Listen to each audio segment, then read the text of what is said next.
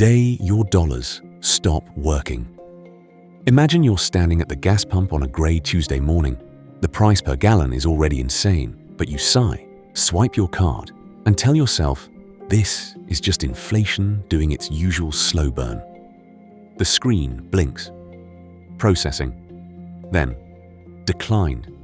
You check your banking app. The money's there. Plenty of it. You swipe again. Declined. You walk inside. The clerk doesn't look surprised. He's already had this conversation 10 times today. It's not you, he says, pointing at the little sign taped to the register. We're not taking dollars for fuel anymore. Your brain rejects the sentence. It sounds like a prank or a glitch or maybe a badly written sci-fi script. But outside, a line of cars is forming. People yelling into phones, horns blaring. The pumps are still there. The fuel is still there. Your money is what stopped working. Let's set the scene a little wider. You drive to the grocery store, because what else are you supposed to do? Inside, half the shelves are bare. The stuff that's left looks like it survived a hurricane and then got hit with a 50% markup. You grab what you can. At the register, you try again. Card, phone, tap, chip. The cashier gives you the same look the gas clerk did. They changed it, she says. Overnight, our suppliers won't take dollars. We have to pay them in something else now. You glance up at the TVs bolted to the ceiling. Every channel is red banners and breaking news. Oil tankers anchored offshore, not moving. Currency tickers flashing like a heart monitor in cardiac arrest. Politicians telling you to remain calm, while their eyes scream the exact opposite. If you're too young to remember this, ask your parents. This is what 1970s energy panic would look like in the age of instant global finance. Except this time, the crisis isn't just about oil. It's about the dollar itself. Because here's the truth. This isn't a random glitch in the matrix. This is the logical endpoint of a 50-year deal most people never knew existed. A secret handshake between America and the oil-producing world called the Petrodollar. For half a century, that deal quietly forced almost every country to use dollars to buy the one thing no modern economy can live without: energy. It was the greatest financial trick ever pulled, and you've been living inside it your entire life. But here's the terrifying truth. When that trick stops working, your life gets very small, very fast. Rent in dollars, groceries in dollars, retirement in dollars. All of it depends on other countries still being willing to trade real oil, real food, real goods for green pieces of paper and digital bank entries issued by an empire they increasingly don't trust. So what happens when those countries start saying no? When oil is priced in something else? When BRICS nations cut side deals?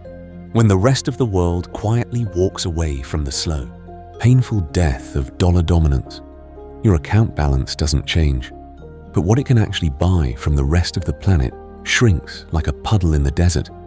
That's the day your dollars stop working. Not in theory, in the checkout line, in the gas station, in your landlord's inbox. How did a currency that felt safer than gold for decades suddenly start getting treated like monopoly money? And why did almost no one bother to warn you? The hidden engine behind your paycheck. Imagine you're standing at the gas pump, watching the numbers spin like a slot machine that only ever pays the oil companies. You tap your card, the transaction goes through, and you think, okay, that hurt, but at least it worked. But here's the terrifying truth. That little beep of approval only makes sense because of a secret deal that turned the dollar into the king of oil. Your salary, priced in that system. Your mortgage rate, set inside that system. The price of gas, food, rent, college, your 401k, all of it floats on an invisible ocean called the petrodollar. You live your entire financial life inside a machine you were never told existed. And that machine started with a quiet handshake in a smoke-filled room 50 years ago. Let's set the scene. Early 1970s, America is bleeding money on Vietnam, drowning in inflation, and then Nixon blows up the old world by killing the gold standard. Overnight, the dollar is just paper and promises. Confidence is cracking. Foreign governments are asking, why should this green coupon be worth anything? The empire is staring at a currency crisis that could trigger outright collapse.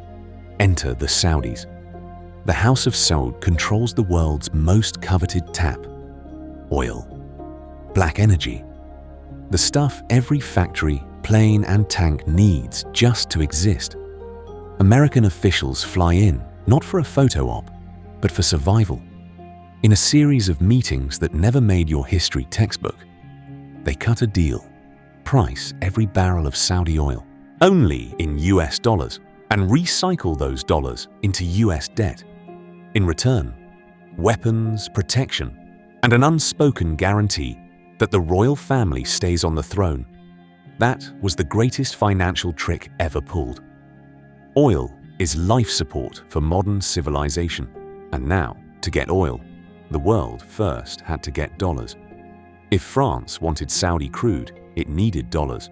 If Japan wanted energy, it needed dollars. If Brazil, India, or anyone else wanted to keep the lights on, they had to sell real stuff: cars, steel, coffee, labor, to earn America's paper. Suddenly, money had value not because of gold, but because of need. The need for oil, the need for access to the US-controlled financial pipes. Your paycheck spends at the grocery store because somewhere, in some central bank vault, your country still holds dollar reserves to buy energy and settle trade. And this is where the American fairy tale begins. America could print what everyone else treated as real wealth. Washington could run deficits without limit. Fund wars, welfare, Wall Street bonuses, and bailouts with digits typed into a screen while the rest of the world shipped in actual goods to earn those digits. But that hidden engine is sputtering. The handshake is loosening. The timeline of the empire is shrinking from maybe decades to you'll feel it this decade. So what went wrong? Who broke the deal? And what happens to your paycheck when the world stops needing dollars just to keep the oil flowing? Tonight's journey, inside the petrodollar's rise and fall. So tonight, we're going to rewind the tape and walk you through the entire life story of this thing that quietly controls your rent, your retirement, and your country's power. Not in theory, in scenes, in deals, in crises, in the slow, painful death of a system you were never asked to vote on. Let's set the scene. It's the early 1970s. America has just walked away from gold. The dollar is drifting, inflation is chewing through paychecks, and oil prices are exploding. If you're too young to remember this, imagine you're watching your parents line up for 6 hours at a gas station, only to see the out of gas sign go up right as they reach the pump. That's the backdrop for Act 1, the origin story. In Act 1, we go inside the secret mission that birthed the petrodollar. Closed-door meetings in Jeddah hotel suites. Nervous American envoys flying in undercover stories. Saudi princes who suddenly discover just how valuable their sand really is. This is where the deal is struck. Oil is priced only in dollars. Saudi surpluses are recycled into US treasuries, and in return, the American empire becomes their bodyguard. It's the greatest financial trick ever pulled, and almost nobody outside a tiny circle of bureaucrats understands why the world suddenly has to worship the dollar to keep the lights on. Act 2 is enforcement, the long, bloody middle of the movie. You'll see how this invisible contract gets defended with very visible wars, sanctions, and coincidences. Leaders who talk about selling oil in euros or creating gold-backed African currencies just happen to face coups, assassinations, or humanitarian interventions. The man who challenges the invoice currency wakes up to find aircraft carriers parked off his coast. But here's the terrifying truth. This isn't just foreign policy trivia. This is how your cheap imports, low mortgage rates, and ballooning stock market were paid for. Then we hit Act 3, the unraveling. Not a Hollywood explosion, more like organ failure. Quiet, slow, deadly. Western sanctions freeze hundreds of billions in Russian reserves. China starts buying oil in yuan. BRICS nations whisper about their own unit of account. Central banks hoard gold like doomsday preppers. One by one, countries start asking, why do we need dollars to buy energy we're not even getting from America? And threaded through all of this is you, your savings account, your paycheck, your pension fund that's stuffed with dollar assets while the world quietly builds escape hatches. What happens when the king currency doesn't crash overnight, but just bleeds out year after year while your cost of living climbs and your wages don't? Stay with me, because after we walk through these acts, we're going into the next chapter. BRICS, plotting alternatives in backrooms, oil contracts written in yuan instead of dollars, central banks stacking gold, and a new system forming in the shadows, one that might replace the petrodollar long before anyone tells you it already has. Rewind to 1974, the world before the petrodollar. So to understand how we got to BRICS plotting in backrooms, you have to rewind to the moment the whole game changed. Let's set the scene. It's July 1974, Jeddah, Saudi Arabia. The air is thick, wet, almost drinkable. Heat radiates off the tarmac like an open oven. The smell is a mix of jet, fuel, salt from the Red Sea, and oil money. A small group of American officials steps off a plane in dark suits that make no sense in this climate, clutching briefcases full of charts and desperation. They're walking into a kingdom they barely understand. Trying to save an empire they're terrified is slipping away. Imagine you're one of them. You've flown halfway around the world because the dollar is in crisis, the old system is dead, and you need a new anchor before the whole thing collapses. These aren't just diplomats. They're firefighters sent to a monetary house that's already burning. Back home in America, the mood is poison. Watergate hearings on every TV. Nixon is days away from becoming the first US president to resign in disgrace. Vietnam has shredded trust in government. The stock market has been crushed, down almost half from its peak. Inflation is rising like a slow, unstoppable flood. The American dream, it suddenly feels fragile, like a TV set you might just kick in. To see why these men are sweating in Jeddah, you have to go back a little further. 3 years earlier, in 1971, Nixon had slammed shut what was called the gold window. Up until that point, every US dollar was basically a claim check for a specific amount of gold sitting in American vaults. That was the Bretton Woods system.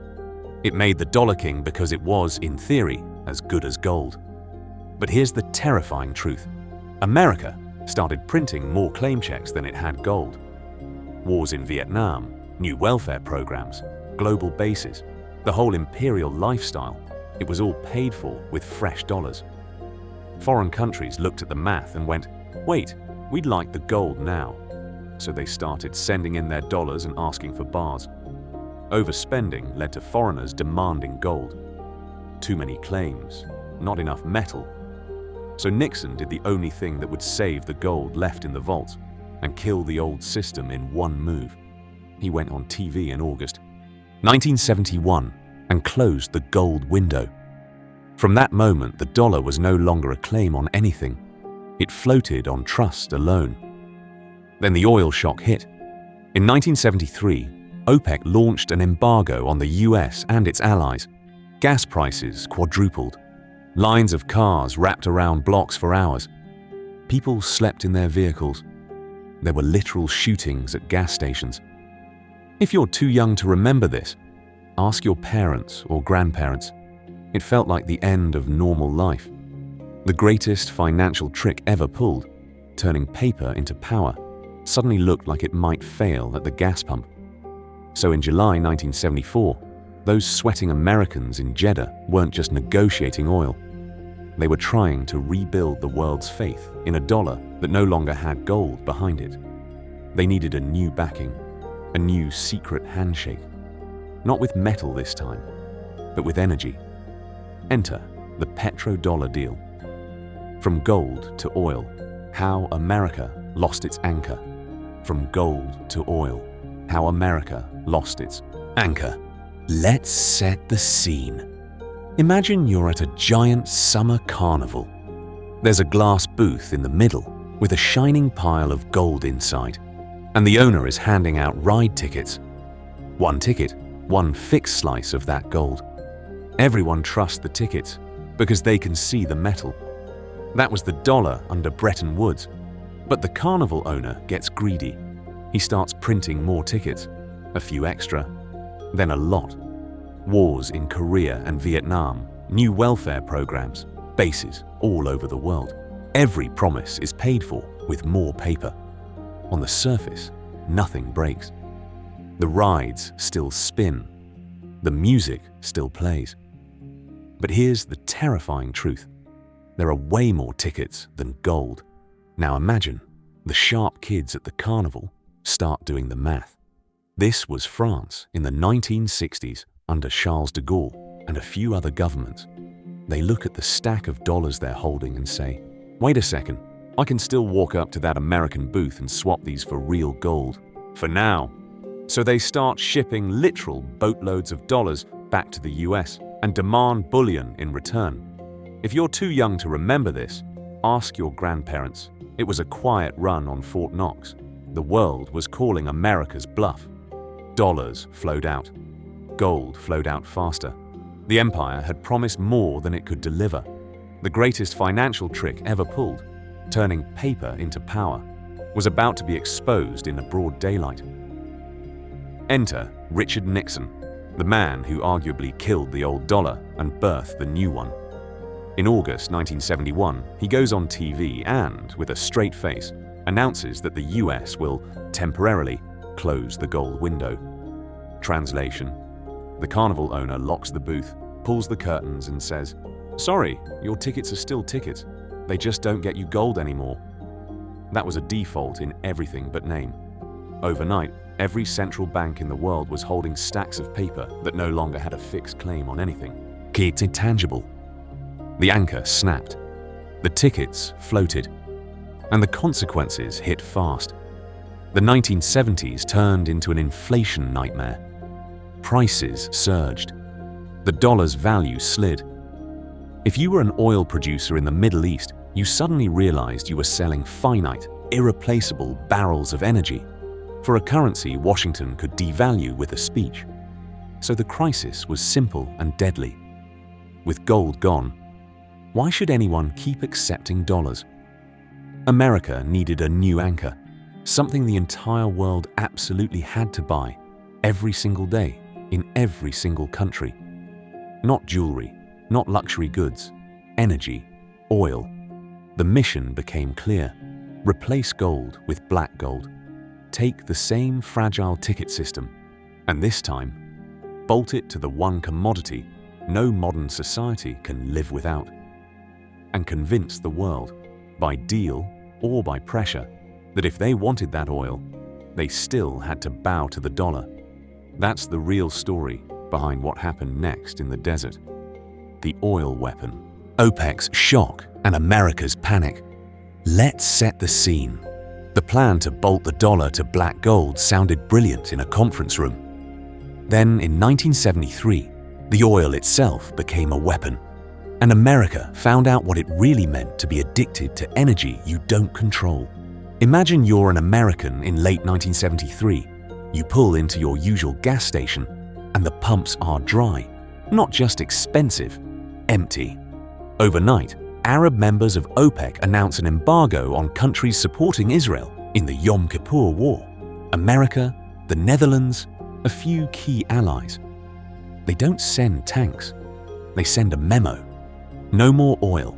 The effect is instant shock therapy for the West. Oil prices don't just rise, they explode, roughly quadrupling. Lines snake around city blocks. Drivers sit in their cars for 6 hours just to get half a tank. Fistfights break out. In some places, shots are fired. This isn't a movie about the end of the world. It's people trying to get to work on Monday. If you're too young to remember this, ask your parents or grandparents. It was chaos. Governments slap on gas rationing. You get odd even days, where you're only allowed to buy fuel if the last number on your license plate matches the calendar. People literally sleep in their cars at gas stations to be first in line when the pumps open. TV anchors stare into the camera and tell viewers to prepare for a new era of scarcity. And behind the lines and the shouting, something even darker is happening. The dollar, which Nixon had just ripped off gold, is already bleeding value from inflation. Now oil exporters are suddenly drowning in those same shaky dollars. They're selling a finite, strategic resource in paper that buys less every month. Imagine you're sitting in Riyadh or Kuwait City, watching the numbers. You're stacking billions in US currency, and the purchasing power is melting. You start asking a dangerous question. Why are we trading real oil for this? Why trust America's promise after it just tore up the old gold promise in 1971? In Washington, the panic is almost existential. Policymakers finally see the terrifying truth. Whoever controls the currency of oil controls the global economy. If OPEC decides to price crude in something other than dollars, marks, yen, even gold, the entire post-war American empire of cheap debt and imported goods could implode. Closed-door meetings stretch late into the night. The CIA writes memos about economic warfare. Treasury officials game out a nightmare future where the oil market fractures, countries dump dollars, and the US can't fund its deficits with printed promises anymore. The slow, painful death of dollar dominance suddenly looks like it could turn into a very fast heart attack. So what do you do when your currency, your energy, and your global power are all on the line at once? You don't send a general, you send a salesman. Enter a little-known Wall Street bond trader, dispatched on a secret mission to the Saudi royal court to cut the deal that would decide whether the American empire lived or started to die. Meet the empire's fixer, William Simon. Let's set the scene. Imagine you're in a smoke-filled conference room in Washington. The air so thick with stress and nicotine, you could slice it with a letter opener. America's currency is wobbling. The oil world is in open revolt, and the old gold standard is dead. The empire needs a new anchor. It doesn't need a philosopher. It needs a closer. Enter William Simon. Simon was not some polished Georgetown diplomat. He was a former Salomon Brothers bond trader, the kind of guy who treated the trading floor like a boxing ring. Chain-smoking, sharp-tongued, always coiled like a spring. He had the instincts of a street fighter and the brain of a mathematician, running bond spreads in his head while he barked orders. If you're too young to remember this world, think less West Wing, more Wolf of Wall Street, but with worse lighting and cheaper suits. On Wall Street, Simon's job was simple: move debt, turn IOUs into something people would kill to own. He understood yield curves the way a sniper understands wind speed. He knew that if you packaged risk the right way, you could sell anything. And that made him priceless to a government suddenly drowning in its own promises. So when the dollar was in crisis after Nixon killed gold, the White House didn't go hunting for a theorist. They reached for the man who the bond market feared.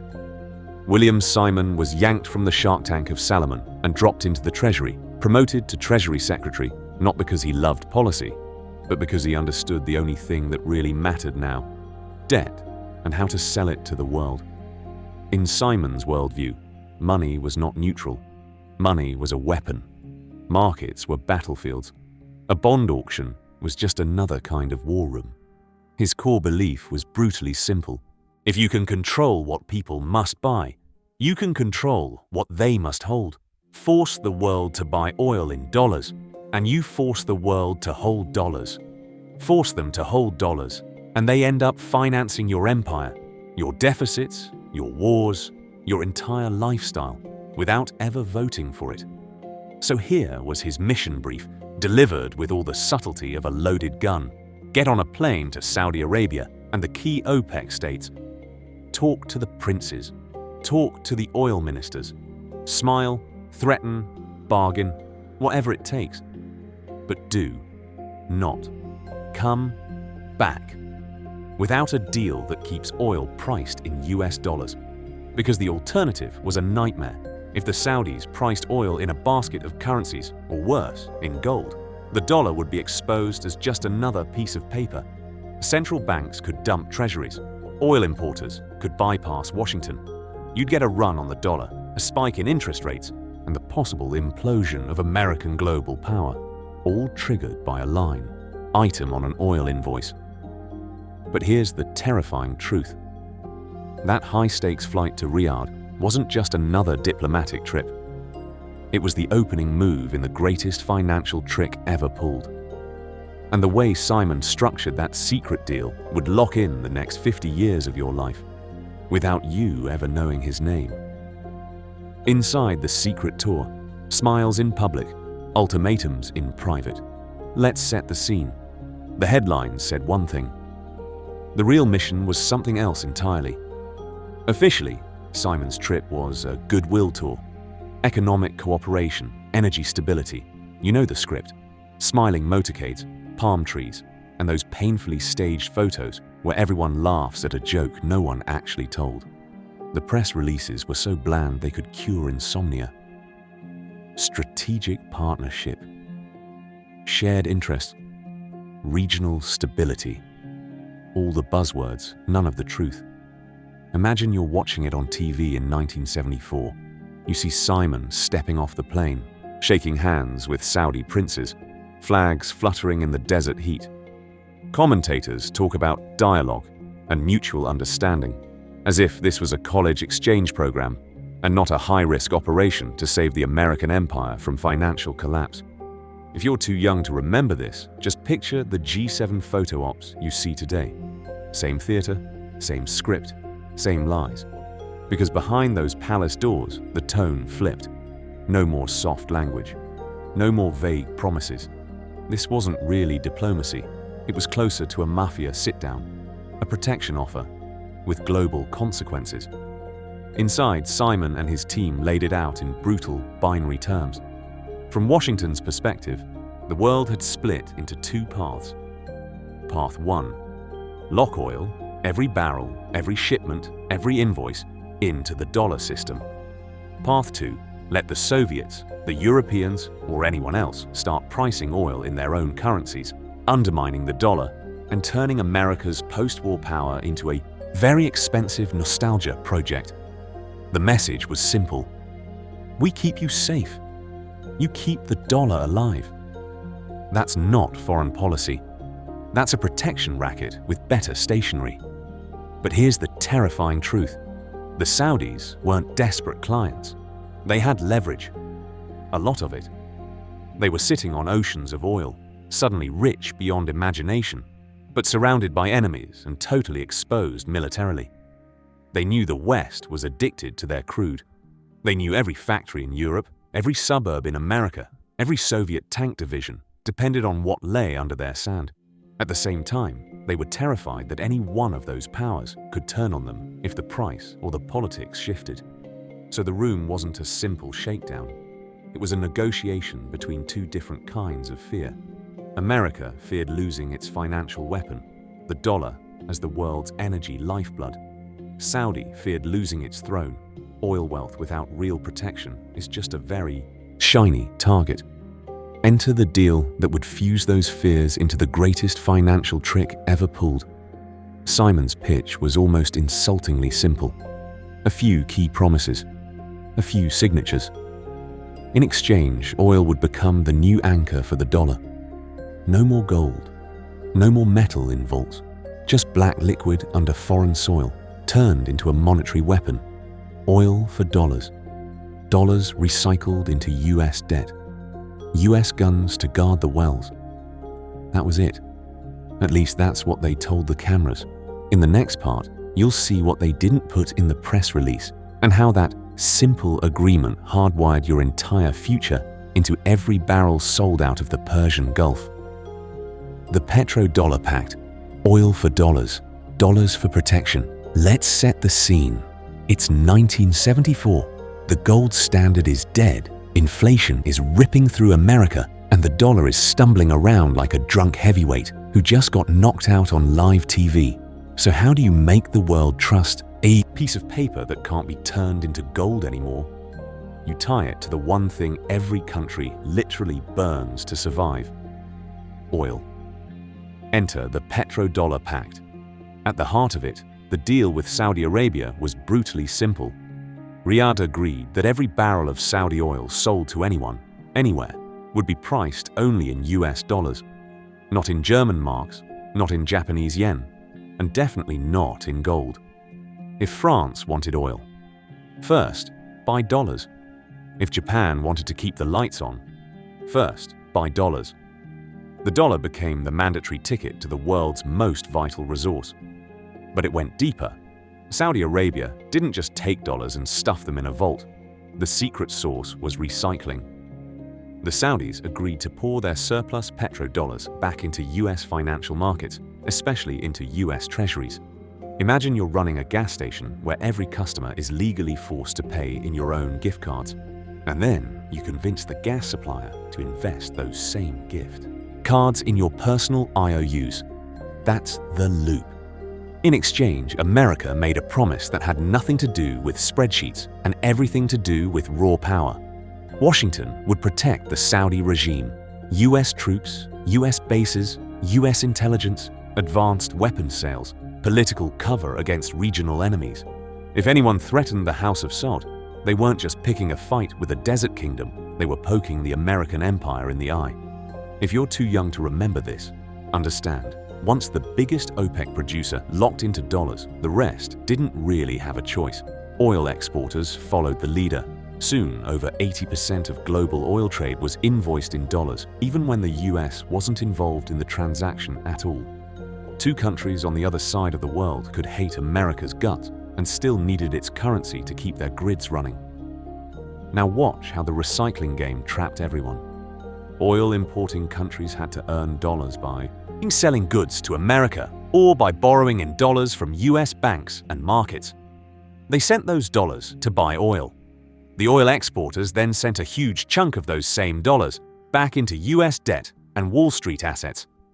Money left, circled the globe, and came home stronger. But here's the terrifying truth. This was the greatest financial trick ever pulled. The US had quietly replaced gold with oil as the backing for its currency. But this time, the backing wasn't physics, it was politics. A throne in Riyadh, a handshake in Washington, missiles, not metal.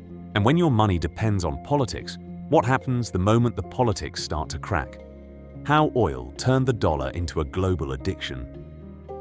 Let's set the scene. You're sitting in Tokyo or Berlin, not Washington. You don't vote in American elections. You don't care who's in Congress. But if your country wants to keep the lights on, keep the factories humming, keep people from freezing in winter, you need one thing first: dollars.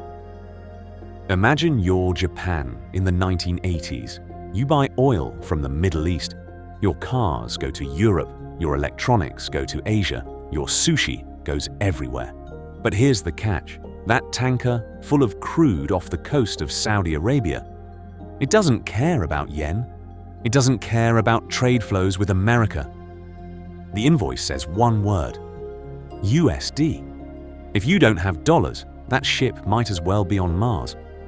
So what do? You crank up exports. You flood the world with Toyotas and Sony Walkmans, not just because you love trade, but because you're in a permanent scavenger hunt for dollars. Germany does the same with BMWs and machine tools. They sell real stuff, real labor, real engineering, just to earn paper claims printed in a country they don't control. And if exports aren't enough, you borrow. You tap global markets. You issue bonds. You do whatever it takes to get your hands on the currency that unlocks oil. The petrodollar deal turned the dollar from America's money into the world's oxygen tank. You could hate US foreign policy, You could despise Wall Street, but you still had to breathe. Now zoom out. All that demand for dollars doesn't just sit in bank accounts. Central banks and sovereign funds need a place to park it. Safe, liquid, deep. Enter US Treasuries. The world ships America cars, steel and smartphones, and then hands the surplus dollars right back to Washington in exchange for IOUs. This is how the US could run massive trade deficits for decades without a classic currency crisis. The more the world grew, the more oil it burned. The more oil it burned, the more dollars it needed. The more dollars it needed, the more treasuries it bought. That feedback loop funded US wars, tax cuts, and social programs with money conjured from keystrokes, not from factories, and you felt it in your everyday life. Lower interest rates than a normal empire should enjoy. Cheaper imports at Walmart and Amazon. Booming stock and housing markets. America lived like a country that produced far more than it actually did because the rest of the world was subsidizing the illusion. But here's the terrifying truth.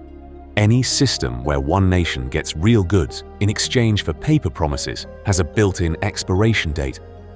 The slow, painful death of that privilege doesn't start with a bang. It starts the moment other countries quietly ask, "Why are we still doing this?" And when they finally decide they don't want to hold those paper promises anymore, what do you think happens next? The military umbrella, enforcing the oil for dollars world. It doesn't just end when countries start questioning the paper. That's actually where the real nightmare begins. Because this system was never just about spreadsheets and interest rates. It was backed by aircraft carriers, by bases in the desert, by the quiet, unspoken threat that the dollar wasn't just a currency. It was riding shotgun with the most heavily armed empire in human history. Let's set the scene. Imagine you're a small Gulf monarchy in the late 1970s. Your entire economy is a sandbar sitting on an ocean of oil. You've got internal rivals, angry neighbors, and a population that knows exactly where the royal palaces are. What do you need more than anything? Not democracy, not diversity. You need survival. Enter America.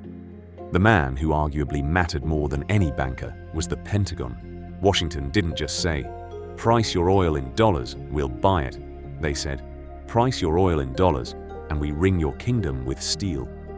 Bases in Saudi Arabia, airfields in Kuwait, massive installations in Qatar and Bahrain. The Fifth Fleet parked in the Persian Gulf like a permanent warning label. This shipping lane belongs to the dollar. If you're too young to remember this, ask anyone who watched the first Gulf War live. When Saddam rolled into Kuwait in 1990, the message from Washington was instant. You don't touch our oil, friends. 500,000 US troops, precision bombs on TV, and then a neatly restored status quo. Oil kept flowing. The dollar stayed the invoice. The world got the hint. And that wasn't the only time. Tankers threatened. Escorts appear. Pirates in key choke points. Suddenly there's a carrier group off the coast. A nervous royal family worried about a coup. Here's a new arms deal, some intelligence support, and a reminder of what side their oil should be priced on. Protection wasn't a metaphor. It was a service plan. But here's the terrifying truth, that protection came with fine print. Pricing oil in dollars wasn't just convenient. It was the entrance fee to the American-led order. You align with Washington, you get security guarantees, weapons, training, and a friendly seat at the global table. You step out of line, you discover that all those guarantees were optional. Now imagine you're a leader who thinks, what if we sell in euros, or yuan, or back our currency with gold? History starts to look like a horror movie marathon. Saddam Hussein announces Iraqi oil will be sold in euros. A few years later, his regime is rubble. Muammar Gaddafi talks about a gold-backed African dinar and an independent oil pricing system. Next act, Libya in flames, Gaddafi dragged through the dirt. Was it only about the dollar? That's the debate. But to every other ruler watching, the pattern looked crystal clear. Play the petrodollar game. Live like a king. break the rules, and you might not live at all. And as more countries quietly test selling energy in other currencies today, the real question is, what happens when the military umbrella no longer covers everyone or starts to tear? The 1980s, debt, Volcker, and the dollar's second life. Let's set the scene. It's the late 1970s, and the dollar that was supposed to replace gold as the solid core of the world is melting in real time. Prices aren't just rising, they're sprinting. Double-digit inflation, wages chasing prices, prices outrunning wages, and every trip to the grocery store feels like a rigged game you're losing faster each week. If you're too young to remember this, ask someone who lived through it. Mortgage rates blowing past 15%, gas lines, stagflation. The petrodollar was barely 5 years old, and already the world was asking, if the dollar is burning, what is this whole oil for dollars experiment really worth? Foreign central banks were nervous. Oil exporters were nervous. Even inside America, there was a quiet fear. Is this the beginning of the slow, painful death of the dollar empire? Enter Paul Volcker, the man who arguably saved the dollar by nearly killing the patient. As Fed chair, he looked at the inflation nightmare and decided to do the one thing politicians never want: trigger a controlled economic crash. He jacked interest rates into the stratosphere. The Fed funds rate went over 19%. Imagine you're a business owner suddenly paying credit card rates on your factory. The result? Recession. Then another. Unemployment spiked. Farmers drove tractors to Washington in protest. Housing construction collapsed. And outside America, it was even darker. Countries that had borrowed in dollars during the 1970s suddenly faced interest bills they could never hope to pay. Latin America was hit with a brutal debt crisis. Entire governments fell so that the dollar could stand. But here's the terrifying truth. Those same sky-high rates that crushed workers and debtors made dollar assets irresistible to global money. If you were sitting in Riyadh or Frankfurt with a mountain of petrodollars, where else could you get double-digit returns backed by the full power of the US state? Money rushed into treasuries, US banks, and Wall Street like iron filings to a magnet. This was the greatest financial trick ever pulled. Volcker's shock therapy didn't just kill inflation, it turned the dollar into a yield machine that vacuumed up the world's savings. Oil exporters sold crude, got dollars, and then sent those dollars straight back into US bonds and financial markets, locking the petrodollar loop even tighter. And just as this tidal wave of foreign money arrived, Washington and Wall Street did something else. They took the brakes off. The 1980s were a deregulation party. Capital controls loosened. New financial products spread. US banks expanded globally. Suddenly, New York wasn't just a market, it was the recycling center for the planet's excess dollars. Pattern interrupt. You were told globalization was about free trade in goods. In reality, it was about free trade in dollar claims. If you wanted access to global capital, you listed in New York, borrowed in dollars, and played by US rules. The more petrodollars and foreign savings poured in, the more every country's fate got wired into US interest rates and walls. Street risk appetite. So the petrodollar system didn't die in the 1980s. It mutated, it came out stronger, harder, and far more global. Inflation was tamed, but the price was brutal. An entire world even more entangled with one central bank, one currency, and one bond market. And that sets up the next twist. What happens when this leveraged, dollar-soaked system hits its next big crisis, and the Fed can't save everyone? The 1990s, unipolar moment, unquestioned dollar. So when that next crisis finally hit, the world didn't run from the dollar, it sprinted toward it. And that's how the petrodollar walked into its most dangerous phase of all, the 1990s, when it became invisible. Let's set the scene. The Soviet Union has just collapsed. The red flag comes down over the Kremlin, and overnight, the Cold War map you grew up seeing in school turns into a museum piece. America isn't just a superpower now. It's the superpower. No rival currency bloc, no rival military alliance, no rival empire with nukes and an ideology to match.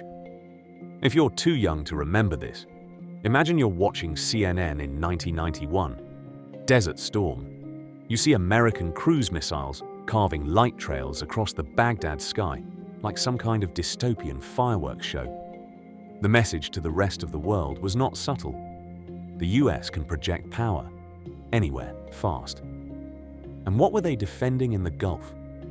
Not democracy, oil routes, the lifeblood of the petrodollar deal.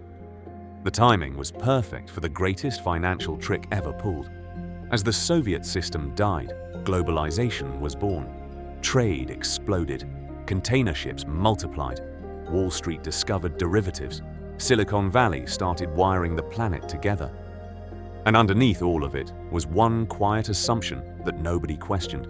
Of course, you settle in dollars. Of course, treasuries are safe. Of course, this empire's money is permanent.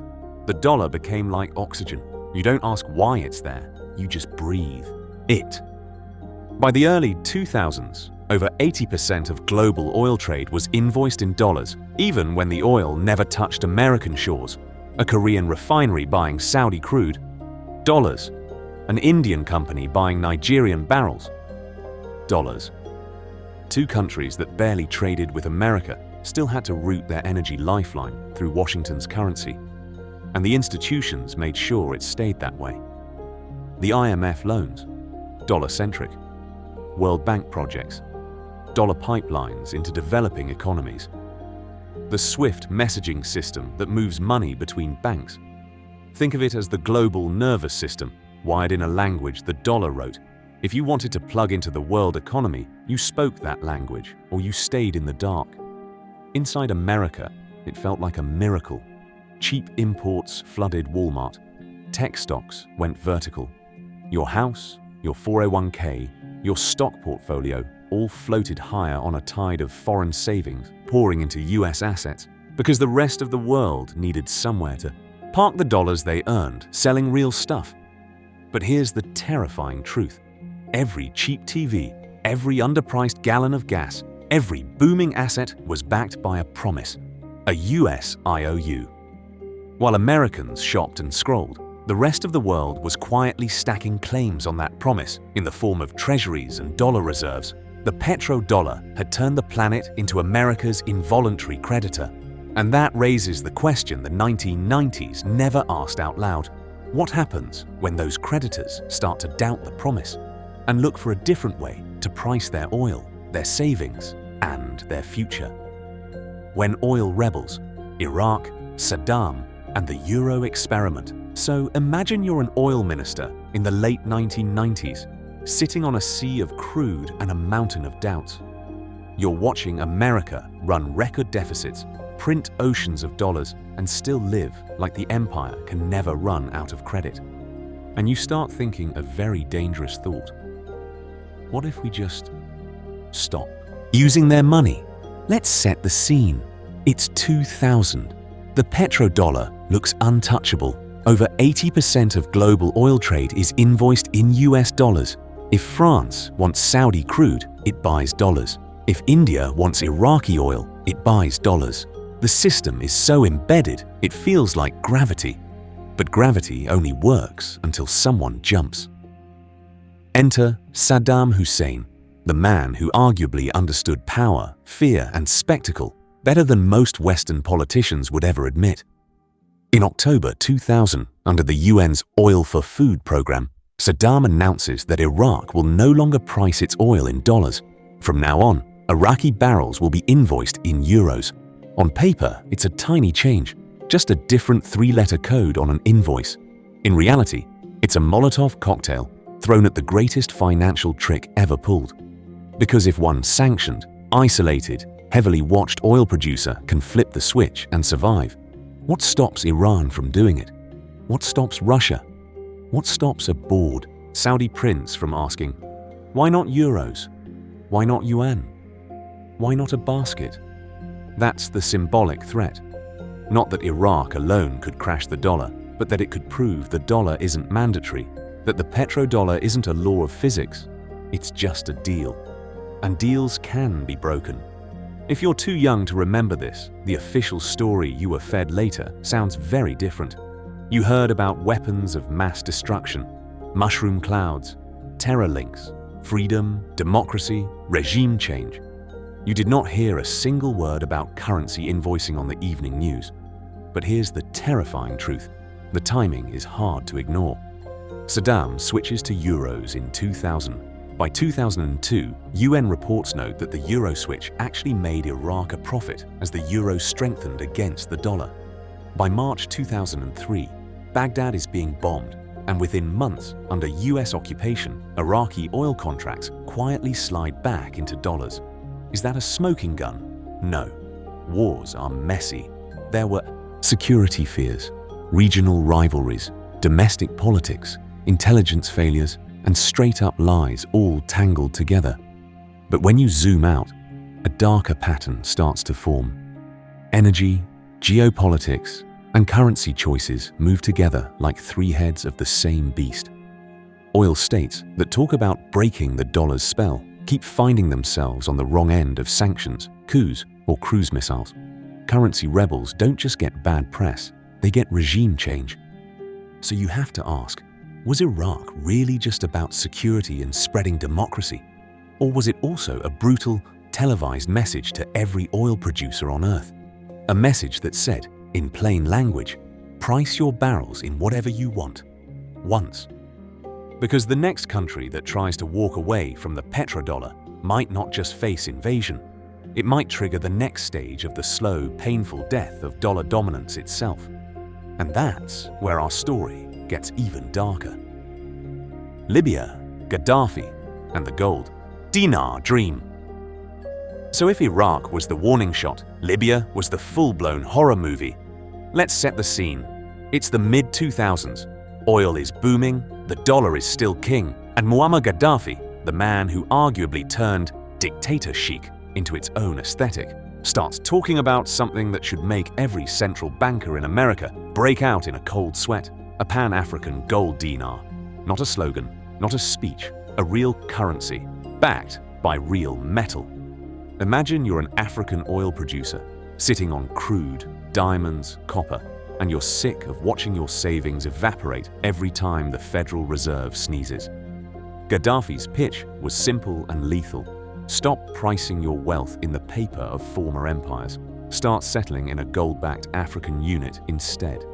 Here's why that was a nightmare for the petrodollar. If Libya, Nigeria, Angola, maybe even Algeria started selling oil in a gold-anchored dinar, you'd suddenly have a rival settlement system built on hard assets, not on an ever-growing pile of US debt. Instead of exporting barrels in exchange for Treasury IOUs, they'd be exporting barrels for something that couldn't be printed at will. That's not just a different currency, that's an exit sign from the greatest financial trick ever pulled. And Gaddafi wasn't thinking small. He pushed the idea at African Union meetings. He talked about an African monetary fund, an African central bank, a way for the continent to stop begging the IMF for dollar lifelines every time there was a crisis. In other words, less tribute to the dollar empire, more power at home. Now watch the pattern. For a brief window, Western leaders were all smiles. Gaddafi was courted, photographed shaking hands with presidents and prime ministers, pitching tents in European capitals like some bizarre desert billionaire cosplay. Investment deals, oil contracts, reintegration. The message was, welcome back to the club. Then, almost overnight, the script flipped. 2011. Protests, crackdowns, and suddenly NATO jets are in the sky over Libya, missiles hitting government compounds, the intervention sold to you as a pure act of humanitarian protection, saving civilians, stopping a massacre. The kind of moral story you can sell on cable news between car commercials. But here's the terrifying truth.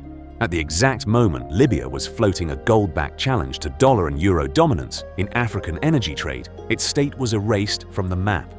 We are told over and over that it was about democracy, human rights, regional stability. Maybe pieces of that are true. But how many times can a leader even whisper about non-dollar oil pricing before their country suddenly needs regime change? If you're too young to remember this, go look at the before and after. From functioning state to fractured war zone. From ambitious monetary project to scrap metal. So you have to ask, if one mid-sized North African producer flirting with gold-backed oil pricing was intolerable, what does that say about the actual fragility of the petrodollar system? And more importantly, what happens when countries much bigger than Libya start building alternatives in broad daylight? Sanctions, turning the dollar into a financial weapon. So if bombs and coups are the visible warning labels on the petrodollar, the real fear campaign is invisible. It lives inside your bank wiring system. Let's set the scene. Imagine you're a mid-sized energy exporter. You've got oil in the ground, gas in the pipes, and every contract you've ever signed is priced in dollars. You don't need to love America. You just need access to the dollar plumbing, correspondent banks, dollar clearing, and that mysterious acronym you always hear on the news, SWIFT. SWIFT is just a messaging system, but in a dollar empire, it might as well be the spinal cord of global trade. If Washington leans on it, or leans on the big New York banks that actually clear dollar payments, a country can wake up one morning and discover that its money still exists, but can't move. Like having a car with a full tank and no keys. Enter sanctions. The clean, polite word for financial suffocation. Iran found this out the hard way. When the US and its allies cut major Iranian banks off from SWIFT and dollar clearing, it wasn't just pressure. It was a chokehold on a major oil exporter. Tankers had crude. Buyers wanted energy, but the dollar gate was locked. So Iran started doing what any trapped player does. Side deals, gold for oil with Turkey, barter-style arrangements, local currency swaps with whoever was desperate or brave enough to ignore Washington's glare. Venezuela, same nightmare. Sanctions hit its oil company, PDVSA, and suddenly the country with the largest proven reserves on Earth was pawning its own crude, paying with heavy discounts, shipping oil to China to pay off debts, doing ghosts, Asian trades through intermediaries. The dollar, which used to be the lubricant of its export machine, turned into the weapon jamming the gears. If you're too young to remember this, the Russia shock in 2022 was your crash course. Western governments didn't just cut Russian banks from SWIFT. They froze hundreds of billions of Russia's reserves held in dollars and euros. That was the moment every finance minister in the world looked at their safe reserves and thought, wait, this stuff can be turned off. But here's the terrifying truth. Every time America flexes that power in the short term, it broadcasts a long-term message to the whole planet. Dollar dependence is not security. It's exposure. It's standing in a crowded room where one guy controls the lights and the exits. So sanctioned states improvise. Russia reroutes energy to Asia, takes yuan, rupees, dirhams, even rubles for gas. Iran leans harder into gold and shadow fleets. Venezuela cuts weird, quiet deals just to keep the wells flowing. Each workaround is messy and inefficient, but each one chips a tiny crack into the petrodollar's once smooth monopoly. And here's the pattern interrupt nobody in Washington wants to talk about. Every new sanctions package is also a recruitment ad, not just for rogue states, but for any country wondering if it might be next in line. They're watching, they're learning, and they're quietly building escape hatches out of the dollar system before the next crisis hits. The 2008 crisis, cracks in the dollar's holy aura. They're building escape hatches. But escape from what? Let's set the scene. It's 2008. You wake up, check the news, and the entire American banking system is having a heart attack on live TV. Not in Argentina, not in Thailand, on Wall Street, the heart of the dollar empire. The very core of the system the whole world was told was safe, sophisticated, and too advanced to ever melt down. You're too young to remember this. Go back and watch the footage. Grown men on trading floors staring at screens like they'd just seen a ghost. Iconic firms, Lehman, Bear Stearns, evaporating in real time. Money market funds breaking the buck which is a polite way of saying that supposedly rock-solid dollar you parked for safety, it's not actually worth $1. Here's the quiet horror. The epicenter of the crisis wasn't some corrupt dictatorship or fragile emerging market. It was the United States, the place that lectures everyone else about responsible finance, the country that issues the very dollars oil is priced in, the system that was sold to the world as the greatest financial trick ever pulled. Enter the Federal Reserve. The man who arguably mattered more than any president in that moment wasn't in the White House. He was in a marble building a few blocks away with a money printer and a mandate to stop the collapse at any cost. So they did what only the issuer of the world's reserve currency can do. They opened the fire hose, trillions in liquidity, secret swap lines to foreign central banks, bailouts for banks that had set the house on fire, then asked taxpayers for a new match. Interest rates slammed to near zero and left there for years. The crisis was contained, yes. The nightmare was postponed. But here's the terrifying truth. Saving the system this way also exposed how fake the holy aura around the dollar really was. Imagine you're running a central bank in Asia or the Middle East, sitting on hundreds of billions in treasuries. You just watched America nearly blow up the world with subprime mortgages and derivatives nobody understood, then print its way out like a college kid forging meal vouchers. You start asking uncomfortable questions. How safe is this really? What happens to the long-term value of our reserves if the solution to every crisis is more dollar creation? So they didn't hold press conferences. They didn't shout. They did something much scarier. They quietly diversified. Sovereign wealth funds trimmed US exposure at the margins. Foreign central banks slowed their treasury purchases. And in the shadows, another signal started blinking red: gold. In the 2010s, countries like Russia and China went on a buying spree, ton after ton added to official reserves, not because they suddenly became nostalgic for shiny metal, but because gold is the one asset Washington can't print, freeze, or sanction away with a keystroke. It was a hedge against dollar risk, a silent vote of no confidence. Did 2008 kill the petrodollar? No, oil was still priced in dollars, SWIFT still cleared in dollars, the empire still ran on dollars. But the crisis cracked something more important: the belief that America was a uniquely careful, safe steward of the world's money. And once that illusion shatters, the next question is deadly. What happens when the next crisis isn't just financial, but geopolitical? The shale boom, America's energy plot twist. So what happens when the next crisis isn't just financial, but geopolitical? Let's set the scene. Imagine you're a Saudi prince in 2005. Your entire empire's security rests on a secret deal with America.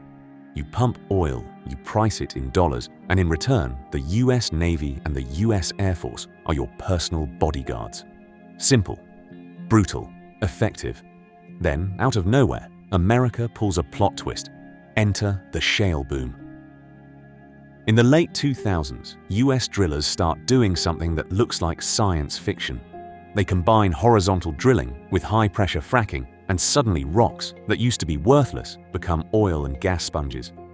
North Dakota, Texas, Pennsylvania, places that were economic graveyards after 2008, turn into energy gold rush zones. The numbers are insane. US oil production, which had been in decline since the 1970s, rips higher. By the mid-2010s, America isn't just importing less Middle Eastern oil. It's clawing its way back to the top as one of the world's biggest producers, even flirting with energy independence. That sounds patriotic, right? Less dependence on the Gulf, fewer tankers sailing through the Strait of Hormuz, fewer excuses for trillion-dollar wars. But here's the terrifying truth. Every barrel the US doesn't import from the Middle East quietly chips away at one pillar of the petrodollar system. Remember, the original deal wasn't just price oil in dollars. It was, America needs your oil, you need America's protection, and the whole world needs dollars to buy the oil that keeps civilization running. When the US starts needing less Gulf oil, the triangle warps. If you're too young to remember this, ask someone who lived through the Iraq and Afghanistan years. US carriers parked in the Persian Gulf were basically floating guarantees that the dollar and oil were welded together. Shale made that weld look weaker. Washington could now say with a straight face, "We don't need your oil like we used to, but we still want your loyalty." That's where the doubt creeps in.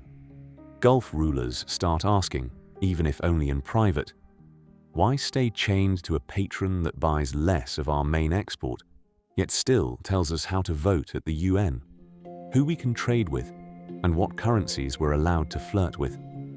And as US barrels disappear from the import side, something else happens. The relative importance of everyone else's dollar demand goes up. China, India, Europe, their need for energy and the currency it's priced in becomes the real game. So imagine you're Beijing. You're the world's largest oil importer. You sit across the table from a Gulf minister and say, "Look, America doesn't even buy most of your oil anymore. Why is every drop still in dollars? Why not sell a slice in yuan instead?" It's a subtle shift, but it's deadly. The shale boom didn't. It's kill the petrodollar. It did something worse. It made it easier for big importers to whisper, "The greatest financial trick ever pulled is ending. You don't have to play by America's rules forever." And once those whispers start, the next move is obvious. Someone has to offer a rival system. China rises, the customer who wants to pay in its own money. Enter China. Let's set the scene. In the 1980s, China was poor, closed off, still recovering from its own internal nightmares. Fast forward a few decades and it's the world's factory, churning out everything from your smartphone to the shoes on your feet. That transformation didn't run on dreams and slogans. It ran on coal, oil, and gas. Mountains of it.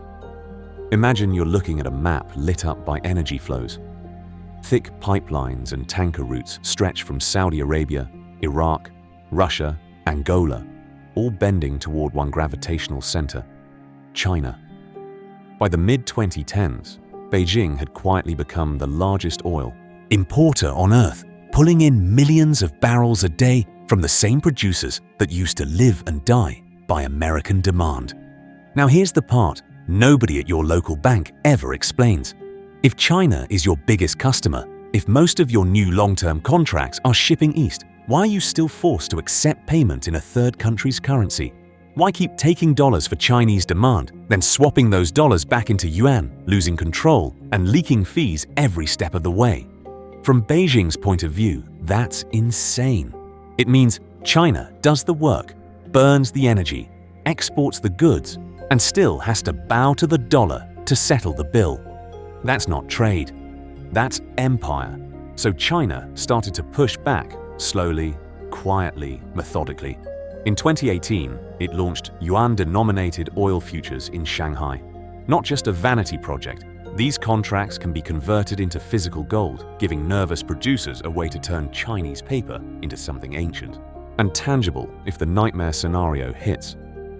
At the same time, Beijing built SIPs, its own payment system, a parallel track to SWIFT, so that, in a crisis, Washington can't just flip a switch and freeze the pipes.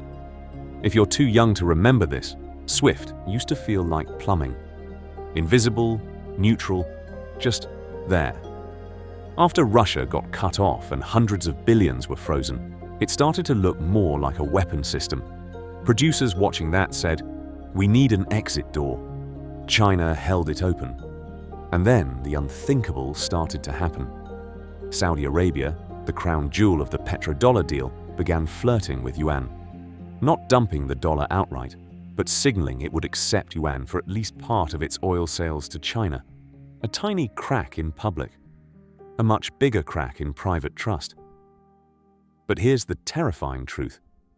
When the biggest buyer in the room starts saying, "We'd like to pay in our own script," the old monopoly currency is living on borrowed time. The slow, painful death of the petrodollar doesn't start with a crash. It starts with a quiet question from Beijing. And the moment a kingdom in the desert dares to answer, maybe Russia, sanctions, and the forced de-dollarization experiment, let's set the scene.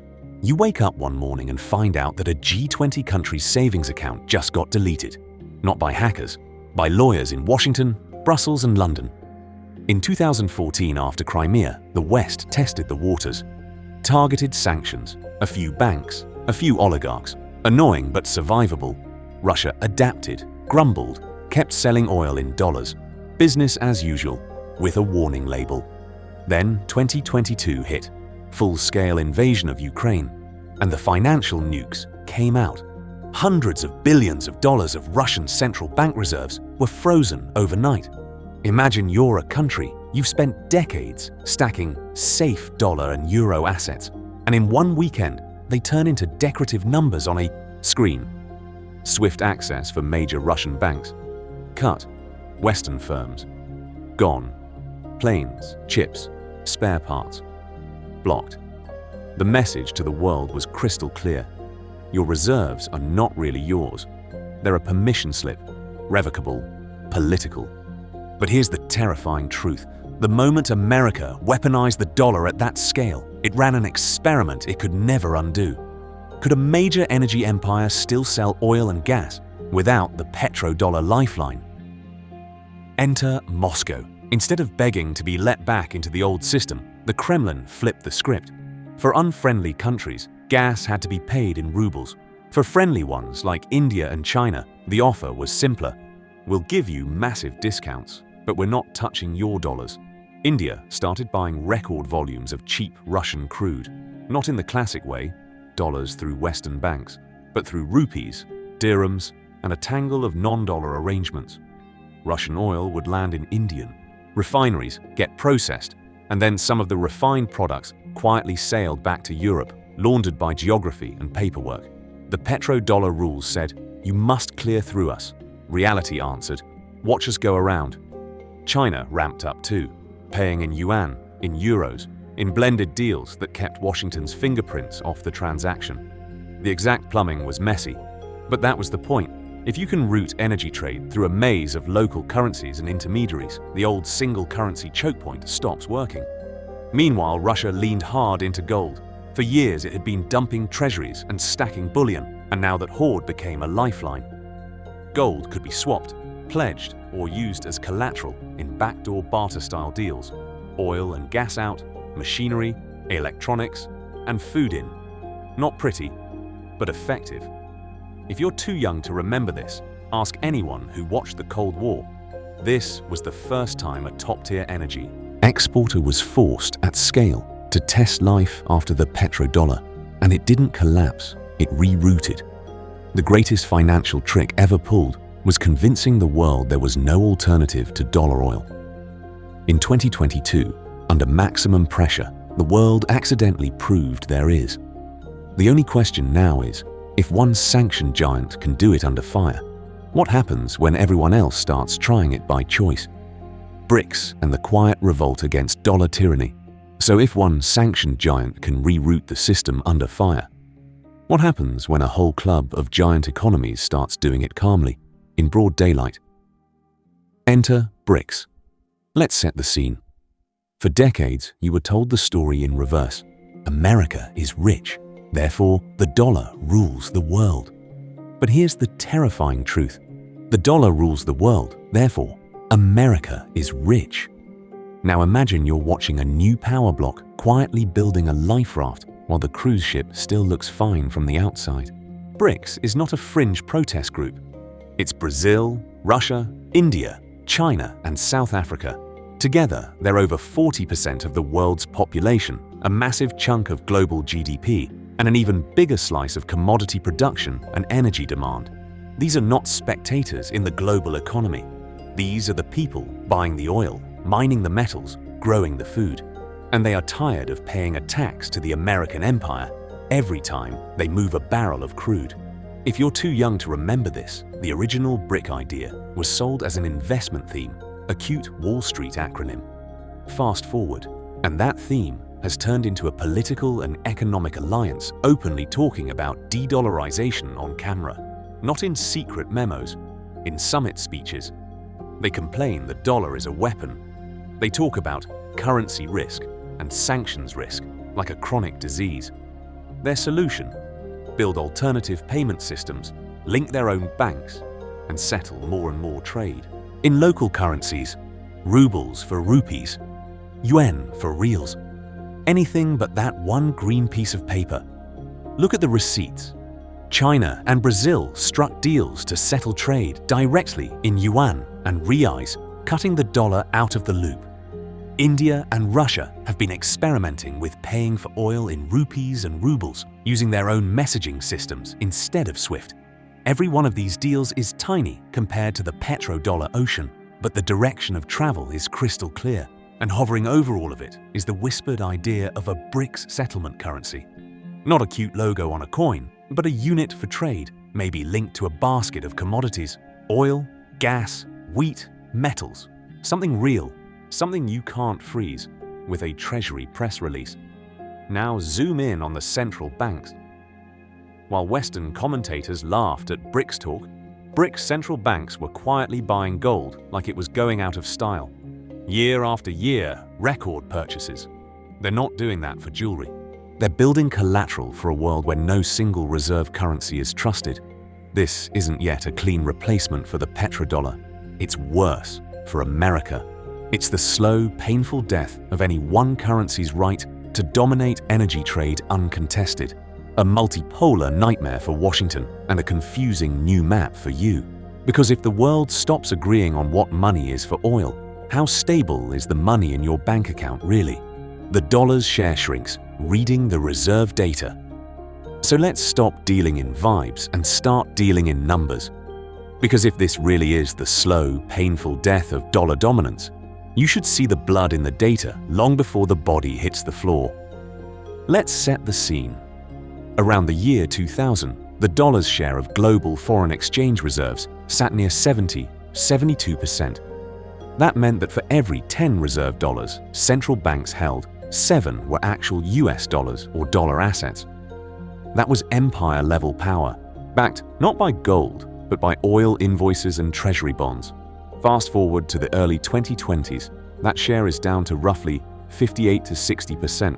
Same world, same America, same green paper, but a very different level of trust. That's a loss of more than 10 percentage points in a generation. Not a crash off a cliff. A slow leak in the fuel tank of the entire system. Imagine you're a central banker in Asia, the Middle East, or Latin America. You watched America freeze Russian reserves. You watched sanctions turn dollar assets into political weapons. Do you really keep all your national savings in a currency controlled by someone who might hate your next election result? Or do you start quietly moving chips off the table? That's exactly what's happening. Not with press conferences, with spreadsheets. Central banks have been diversifying into euros, yen, yuan, and especially gold. Since the 2008 crisis, official gold purchases have surged with record buying after the Russia sanctions shock. That's not nostalgia for shiny metal. That's a survival instinct. Gold can't be cut off from SWIFT. It doesn't care who wins in Washington. But here's the terrifying truth. Reserve data is only half the story. The other half is trade. Who pays what, in which currency, for real stuff? And that's where the petrodollar's armor is starting to crack. China and Brazil cut deals to settle more trade in yuan and reais. Russia sells oil to India in dirhams, yuan, and rupees. Iran and Russia link up to bypass the dollar entirely. Across Africa, Asia, and sanctioned states, bilateral deals in local currencies are spreading like financial mold in the walls. You don't see it at first. Then one day, the ceiling caves in. This doesn't mean the dollar is dead. Not yet. It still dominates reserves, trade, and global debt. But the direction of travel is brutally clear, and complex systems don't warn you before they snap. They drift. They drift. They drift. And then they hit a tipping point in a single news cycle. If you're too young to remember this, go look at photos of the Soviet Empire in the 1980s. On paper, solid. unshakable. Then one day, the crowd woke up, and the whole structure collapsed faster than any model predicted. So here's the question that should keep you up tonight. If this is what the numbers look like while most people are still asleep, what happens when the crowd finally wakes up and tries to move at once? And more importantly, where do they run to? Alternative pipes, SWIFT, CIPS, and the new payment plumbing. So here's the question that should keep you up tonight. If this is what the numbers look like while most people are still asleep, what happens when the crowd finally wakes up and tries to move at once? And more importantly, where do they run to? Let's set the scene. Imagine you're a bank in Europe or Asia trying to send money to pay for oil, machinery, anything. For decades, you had to go through one narrow tunnel, SWIFT. Not a bank, but a messaging backbone, a kind of global financial group chat that tells banks, hey, move this money from here to there. And that chat has been dominated by Western banks, wired directly into New York dollar clearing. If SWIFT didn't see it, the dollar system treated it like it didn't exist. That's the secret most people miss. The petrodollar wasn't just about oil priced in dollars, it was about the plumbing. If France wanted to pay Saudi, or India wanted to pay Russia, the messages, the settlement, the checking, all flowed through a network where Washington and Brussels could see, slow, or stop the traffic. Power wasn't just in the currency, it was in the cables. Now imagine you're China, watching America freeze Russian reserves and cut banks off from SWIFT like flipping a light switch in 2022. You get the message instantly. This isn't a neutral pipe, it's a weapon. Enter CIPS, China's cross-border interbank payment system. On paper, it's just an alternative messaging and clearing system for yuan transactions. In reality, it's a parallel tunnel where Chinese banks and their partners can move money without every packet of data begging for permission in New York. It starts small. A few banks in Russia, some in the Middle East. Deals with Brazil to settle trade in yuan and reais. But here's the terrifying truth. Payment networks grow like social media. At first, no one cares. Then suddenly, everyone you trade with is there, and the old platform doesn't look so mandatory anymore. Russia saw this even earlier. After the first round of sanctions in 2014, Moscow built SPFS, its own domestic alternative to SWIFT. At first, it was clunky, limited, even mocked in Western media. But when 2022 hit and major Russian banks were kicked out of SWIFT overnight, SPFS wasn't a toy anymore. It was a lifeboat, dozens of foreign banks quietly linked in. The message to the rest of the world was, crystal clear, build redundancy now or bleed later. Payment infrastructure is like undersea internet cables. You don't think about them until one is cut. Once there are multiple routes, rerouting traffic becomes a political decision, not a technical problem. Don't like US sanctions? Shift more trade to CIPS? Worried about European pressure? Use a regional system. The empire's choke point turns into just one pipe among many. And that's the slow, painful death of the petrodollar's real magic. Its power never came only from oil invoices stamped USD. It came from the fact that there was no serious alternative route for value to move at scale. That lack is vanishing. Quietly, relentlessly. So if the old pipes are no longer the only game in town, what happens when major oil deals, entire regions, and then whole alliances decide to test these new cables at full volume? Central bank digital currencies, new tech, old power games. So if the old pipes aren't the only game in town anymore, imagine the cables themselves changing. Not just what flows through them, but who owns the switch.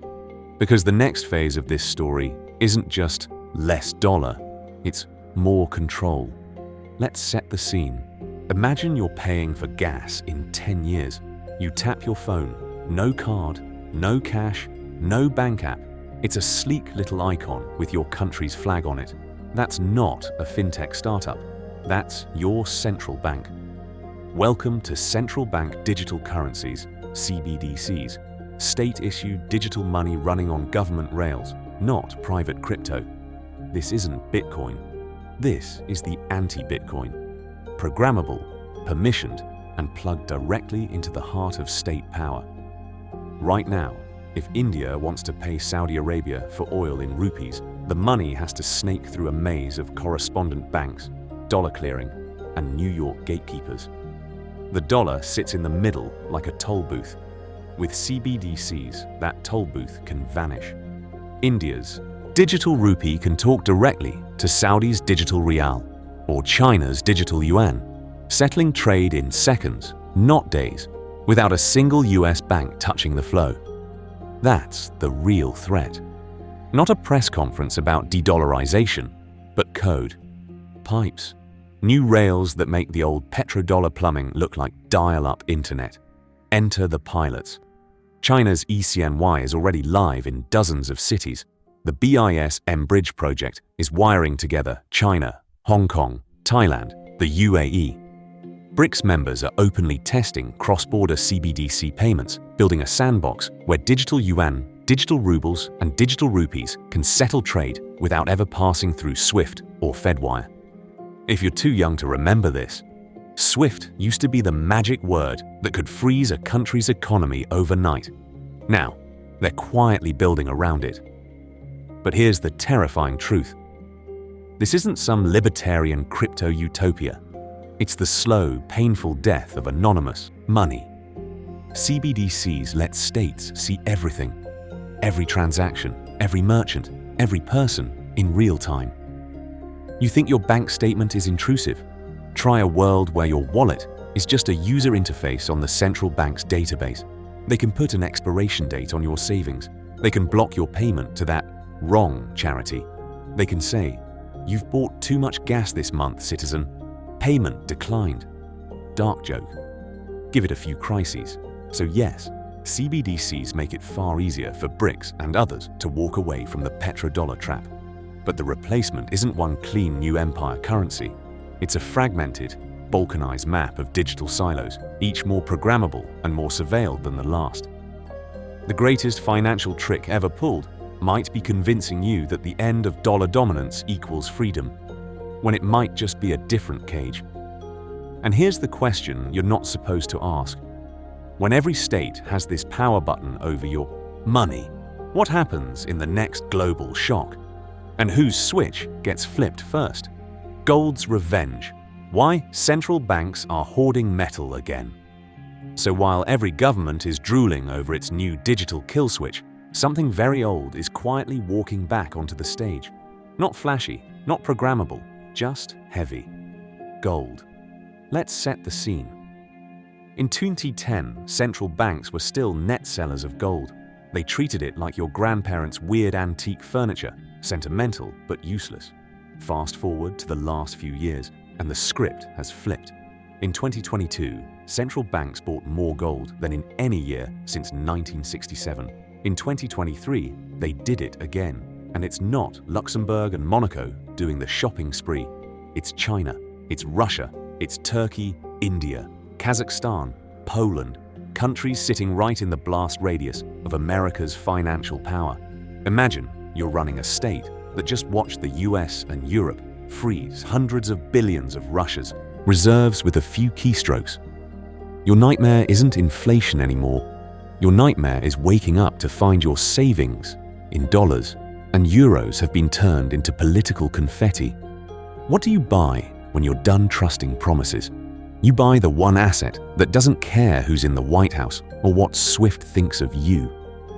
Gold has no counterparty, no signature, no server. It doesn't get sanctioned. You don't need permission to move it. You need a truck. For 5,000 years, empires have risen and collapsed, currencies have come and gone, and gold just sat there, silently settling debts between kings, merchants, and warlords. It's the opposite of a CBDC. It's money that refuses to obey. But here's the terrifying truth. This isn't just about diversification. This is de-dollarization with a hard asset attached. When China launches yuan oil contracts, you can convert into physical gold in Shanghai. That's not a random feature. That's a signal. Tells oil producers, you don't have to hold our paper forever. You can flip it into metal, quietly. Off to the side of the dollar system, behind the speeches about multipolarity, there's a very practical plan forming. Use local currencies or regional units for trade. Use gold as the neutral anchor in the background. BRICS officials openly talk about a commodity-linked settlement unit, not backed by trust in any government, but by barrels, tons and ounces. Not a gold standard like 1944, more like a gold spine inside a new, hybrid creature. Pattern interrupt. Remember, the petrodollar itself was built on a corpse, the corpse of the gold standard. America killed gold convertibility in 1971, then replaced it with oil for dollars in 1974. Now the system that dethroned gold is being stalked by it. The slow, painful death of the petrodollar might not end with a shiny new digital empire, but with the old king quietly regaining influence in the shadows.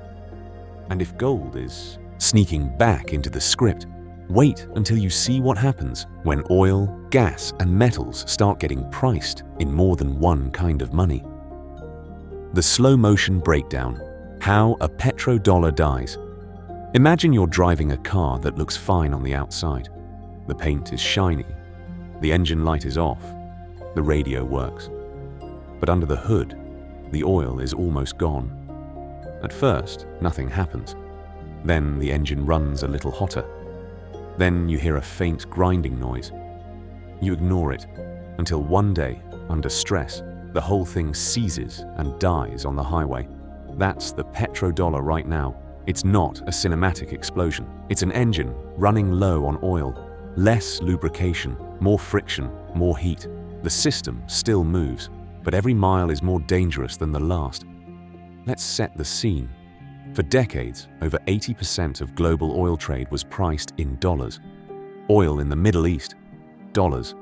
Oil between Asian countries that barely dealt with America, still dollars. That constant flow was the oil in the engine of the dollar empire. It kept US borrowing cheap, US deficits painless, and US power unquestioned. But here's the terrifying truth. Engines don't fail from one missing drop. They fail from a long series of small ignored warnings. One more bilateral deal here. China and Brazil settling energy in yuan and reais. One more sanctions workaround there. Russia selling oil to India at a discount, paid in dirhams, yuan or rupees. One more central bank quietly swapping treasuries for gold in a vault that never makes the evening news. No headlines scream, petrodollar down 10%.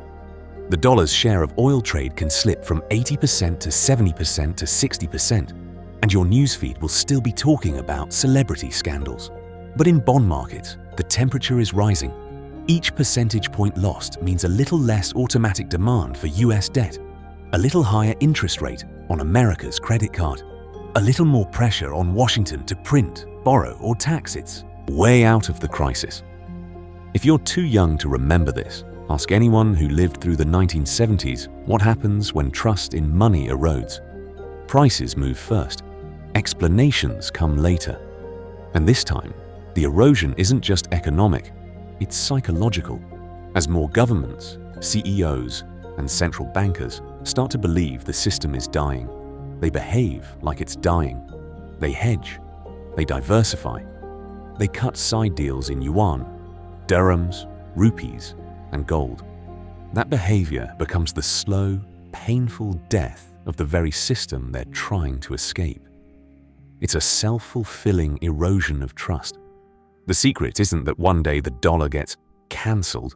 The secret is that by the time the average American notices, the real collapse already happened in backrooms, on trading terminals, and inside central bank balance sheets. And if this is what the quiet breakdown looks like, wait until you see what happens when a real shock hits that half-lubricated engine. America's new role. From hegemon to over-leveraged customer, let's set the scene. Imagine you're sitting in a nice, air-conditioned suburb, scrolling through your banking app, and the numbers look fine. Your paycheck clears. Your 401k is green. Life feels normal. But here's the terrifying truth, that normal life has been subsidized for 50 years by a rigged game the rest of the world is starting to walk away from. America wasn't just a country, it was the customer of the world with a credit card that never got declined. Because oil was priced in dollars and foreign central banks had to stockpile treasuries, the US could run chronic trade and budget deficits and still have the strongest currency in the system. Imports flooded in, factories left, politicians spent like drunken emperors, and interest rates stayed low anyway. That wasn't genius policy. That was the greatest financial trick ever pulled. Imagine you're any other nation. You print too much money, import more than you export, and your currency gets crushed.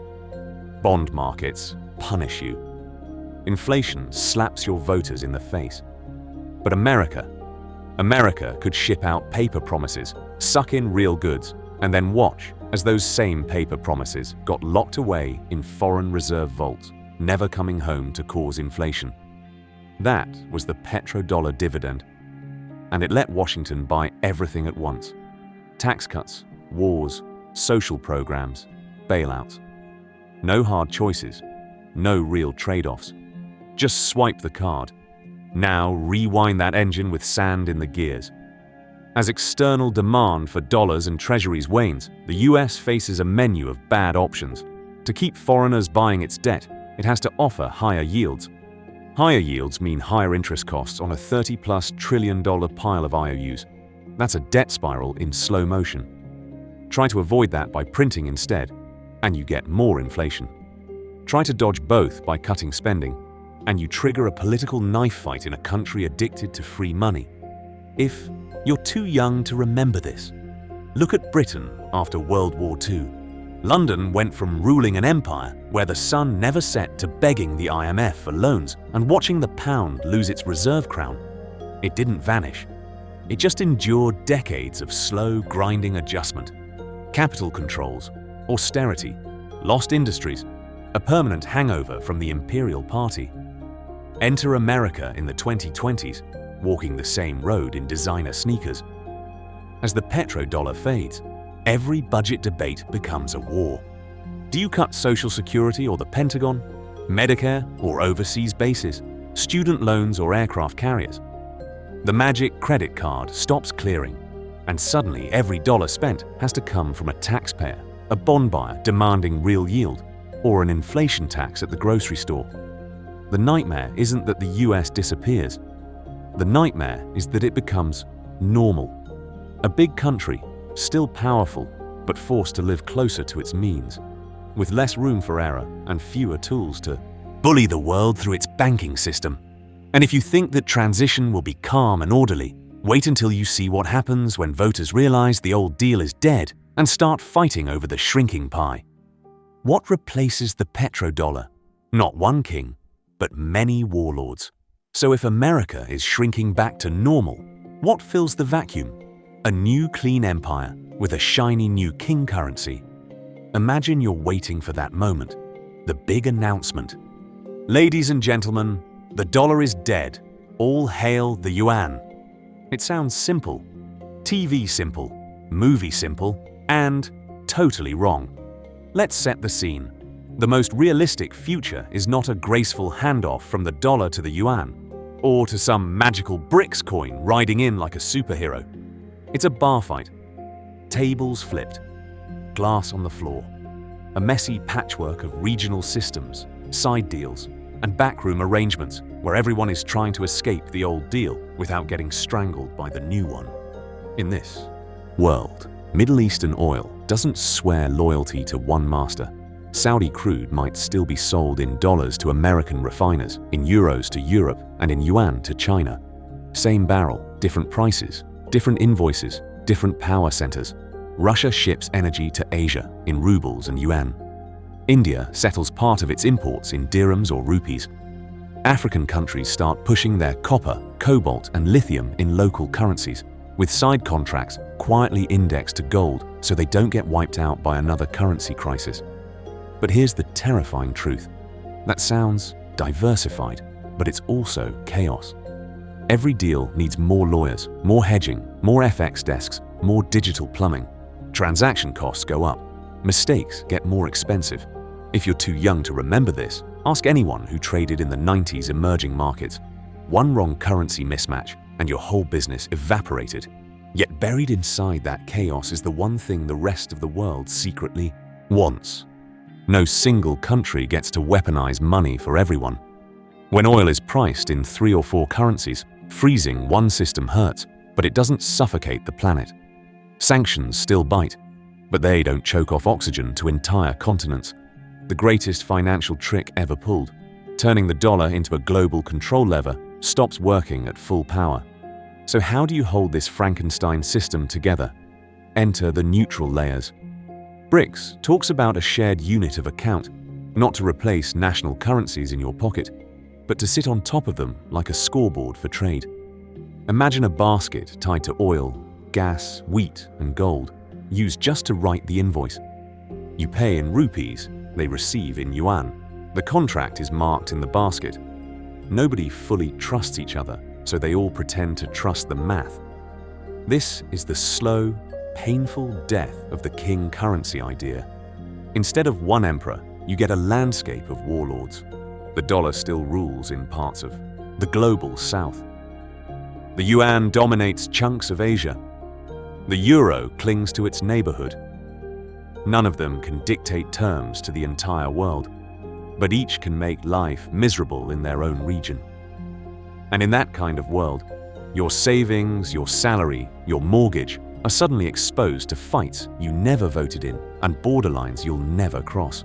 The inflation squeeze, how the petrodollar's death hits your wallet. So what does that actually feel like for you inside this new currency war zone you never signed up for? Imagine you're standing in a grocery aisle you've walked 1,000 times. Same cereal, same milk, same boring fluorescent lights. But the total at the register is 20% higher than last year. And nothing in your life got 20% better. That's not an accident. That's what the slow, painful death of a reserve currency looks like from ground level. Let's set the scene. For 50 years, the petrodollar system meant the world needed dollars and treasuries, like oxygen. Oil priced in dollars. Trade invoiced in dollars. Central banks hoarding treasuries as safe assets. That constant foreign demand let Washington run deficits like a drunk with a limitless credit card. America could borrow cheap, print freely, and still keep inflation mostly contained. Now the deal is breaking. As more oil gets sold in yuan, rupees, or local currencies, as BRICS stockpile gold and each other's bonds instead of treasuries, that automatic foreign bid for US debt starts to fade.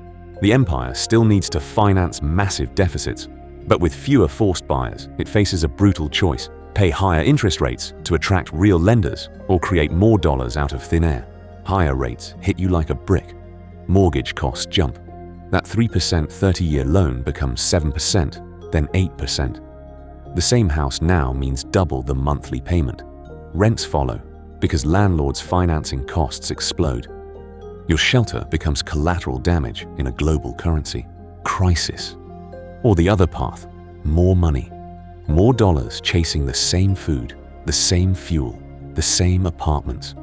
And if foreign producers lose faith in the dollar, they don't just shrug and keep prices the same. They demand more dollars per barrel, more dollars per container, or they demand a different currency entirely. So gas prices don't just rise because of some tanker stuck in a canal or a war headline.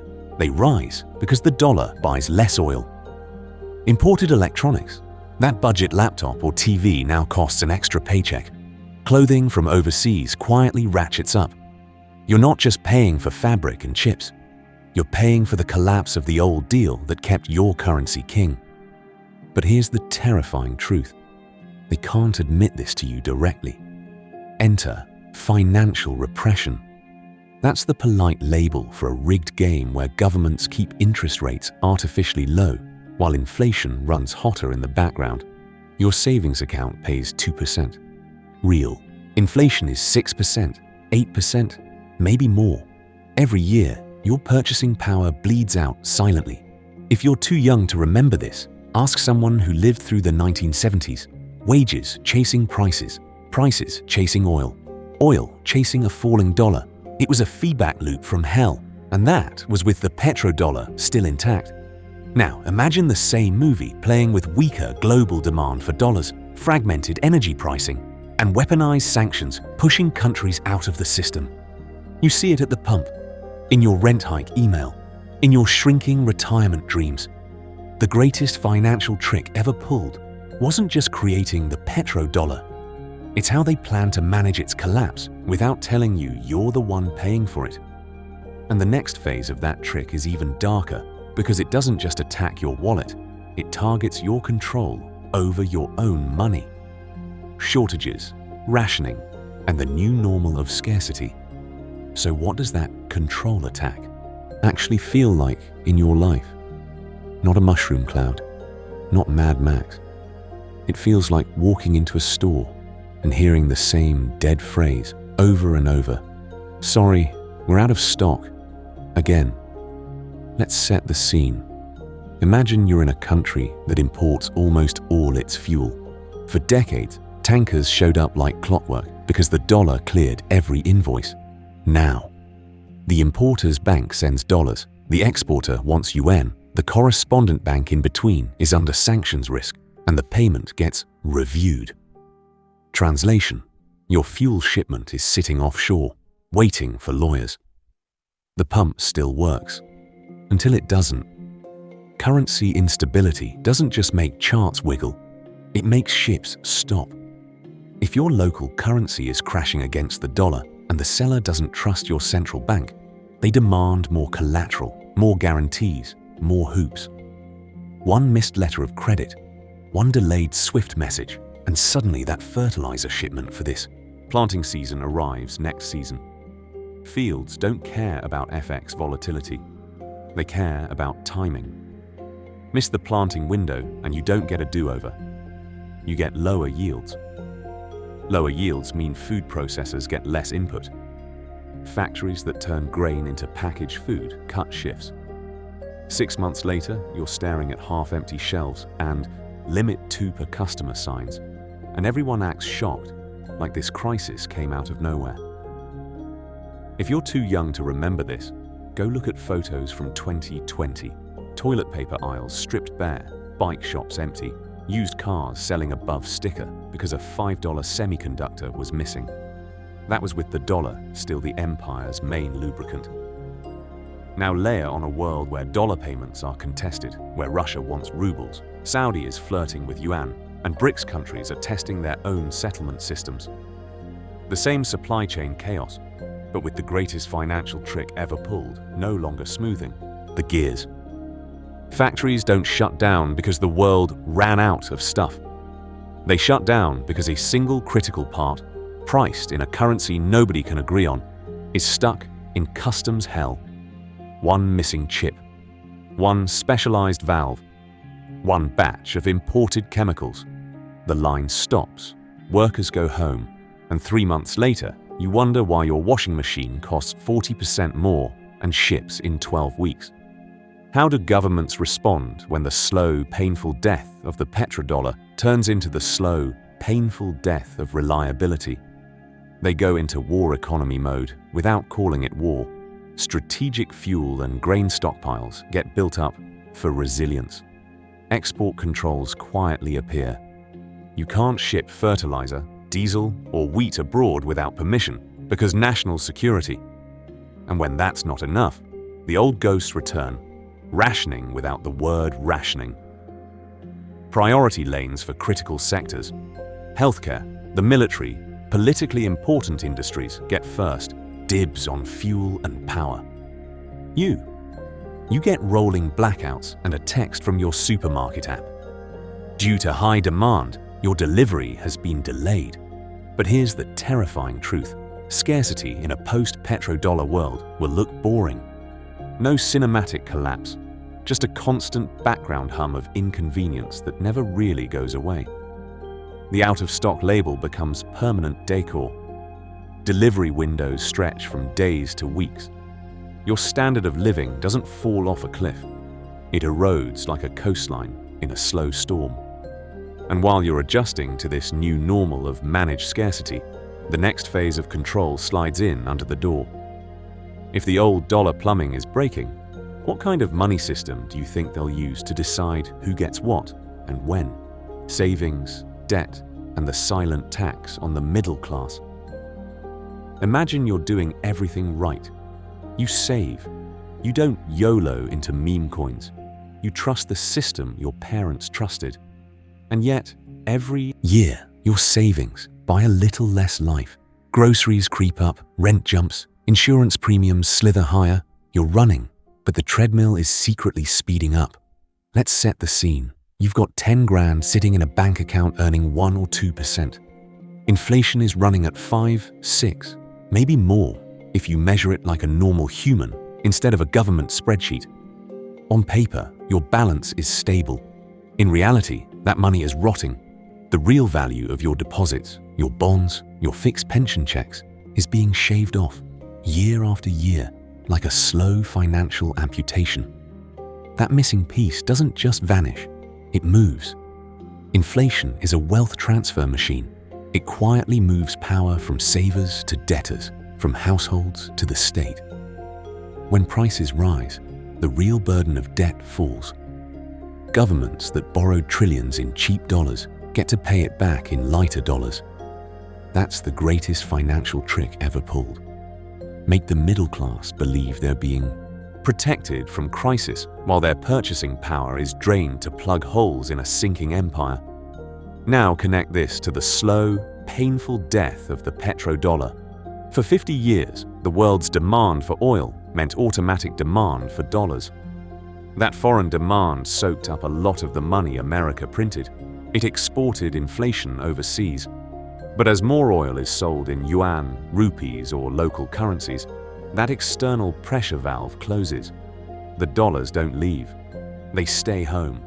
And when too many dollars chase the same amount of goods inside America, you know what happens. The silent tax gets meaner. Meanwhile, your wages are stuck in traffic.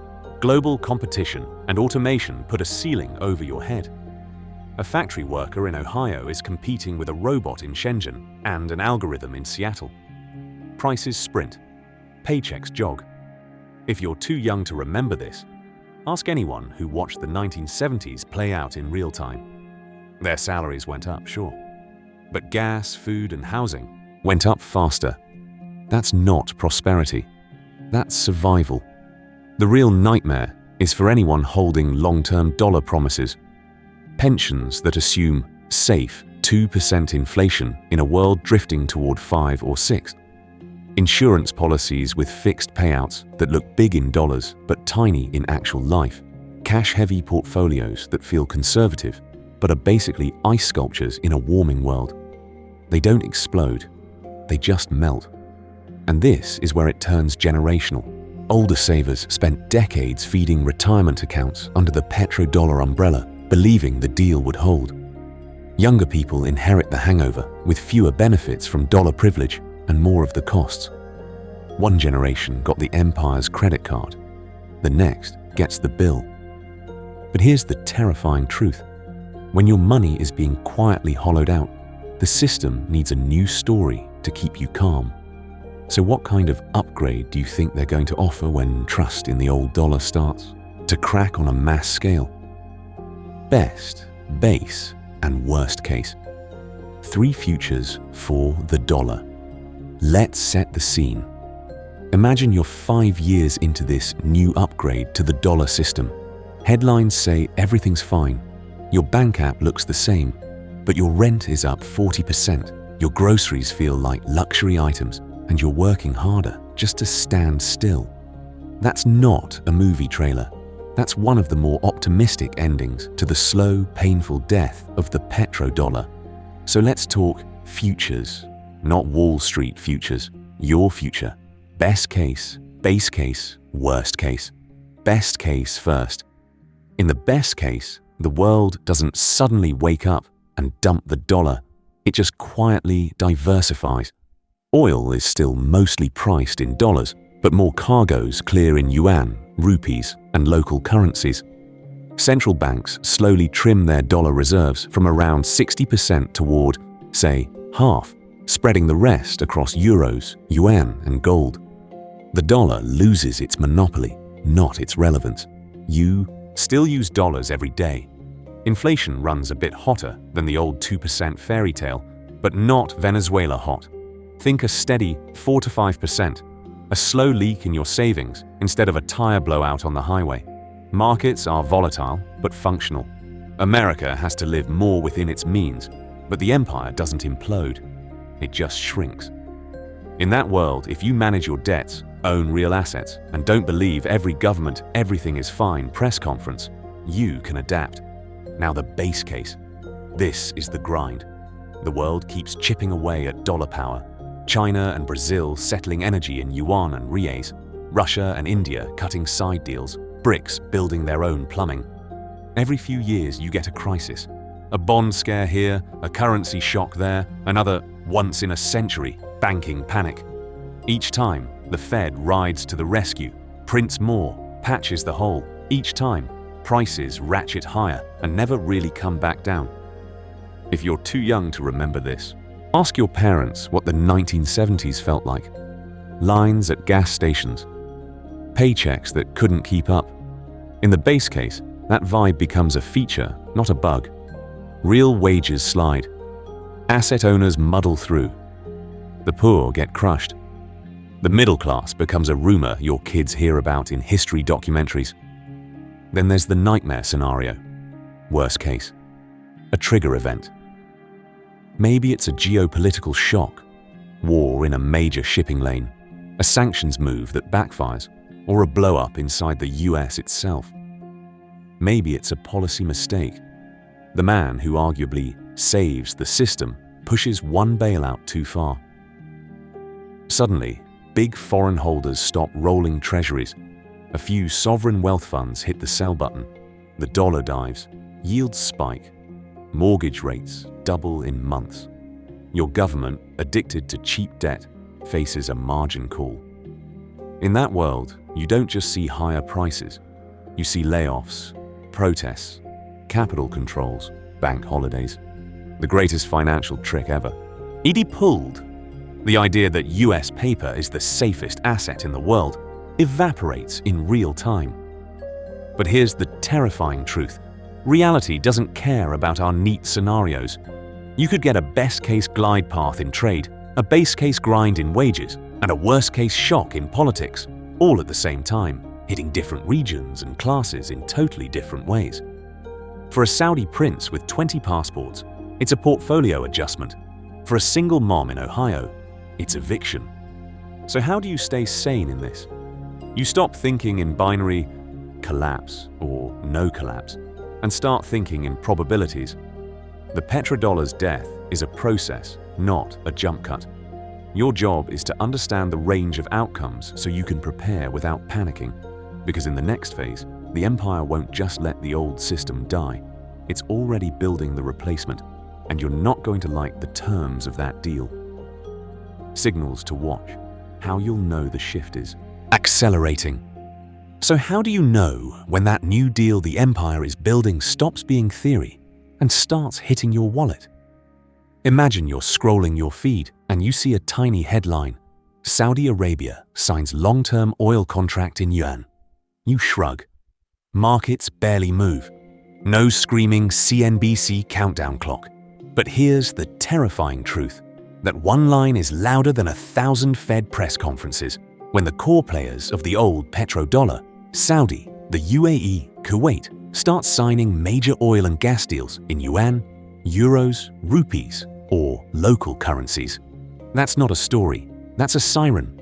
Let's set the scene. For 50 years, the rule was simple. Big oil, big contracts, big dollars. So you watch for the rule to quietly break. A 20-year LNG deal priced in yuan, an Indian refinery paying in dirhams, a Gulf sovereign wealth fund announcing it's open to non-dollar invoicing. Each one is a brick pulled from the foundation. 1 brick? Fine. 10 bricks. The house starts to lean. Next signal. What the central banks are doing when they think you're not paying attention. They'll tell you the dollar is strong, reliable, indispensable.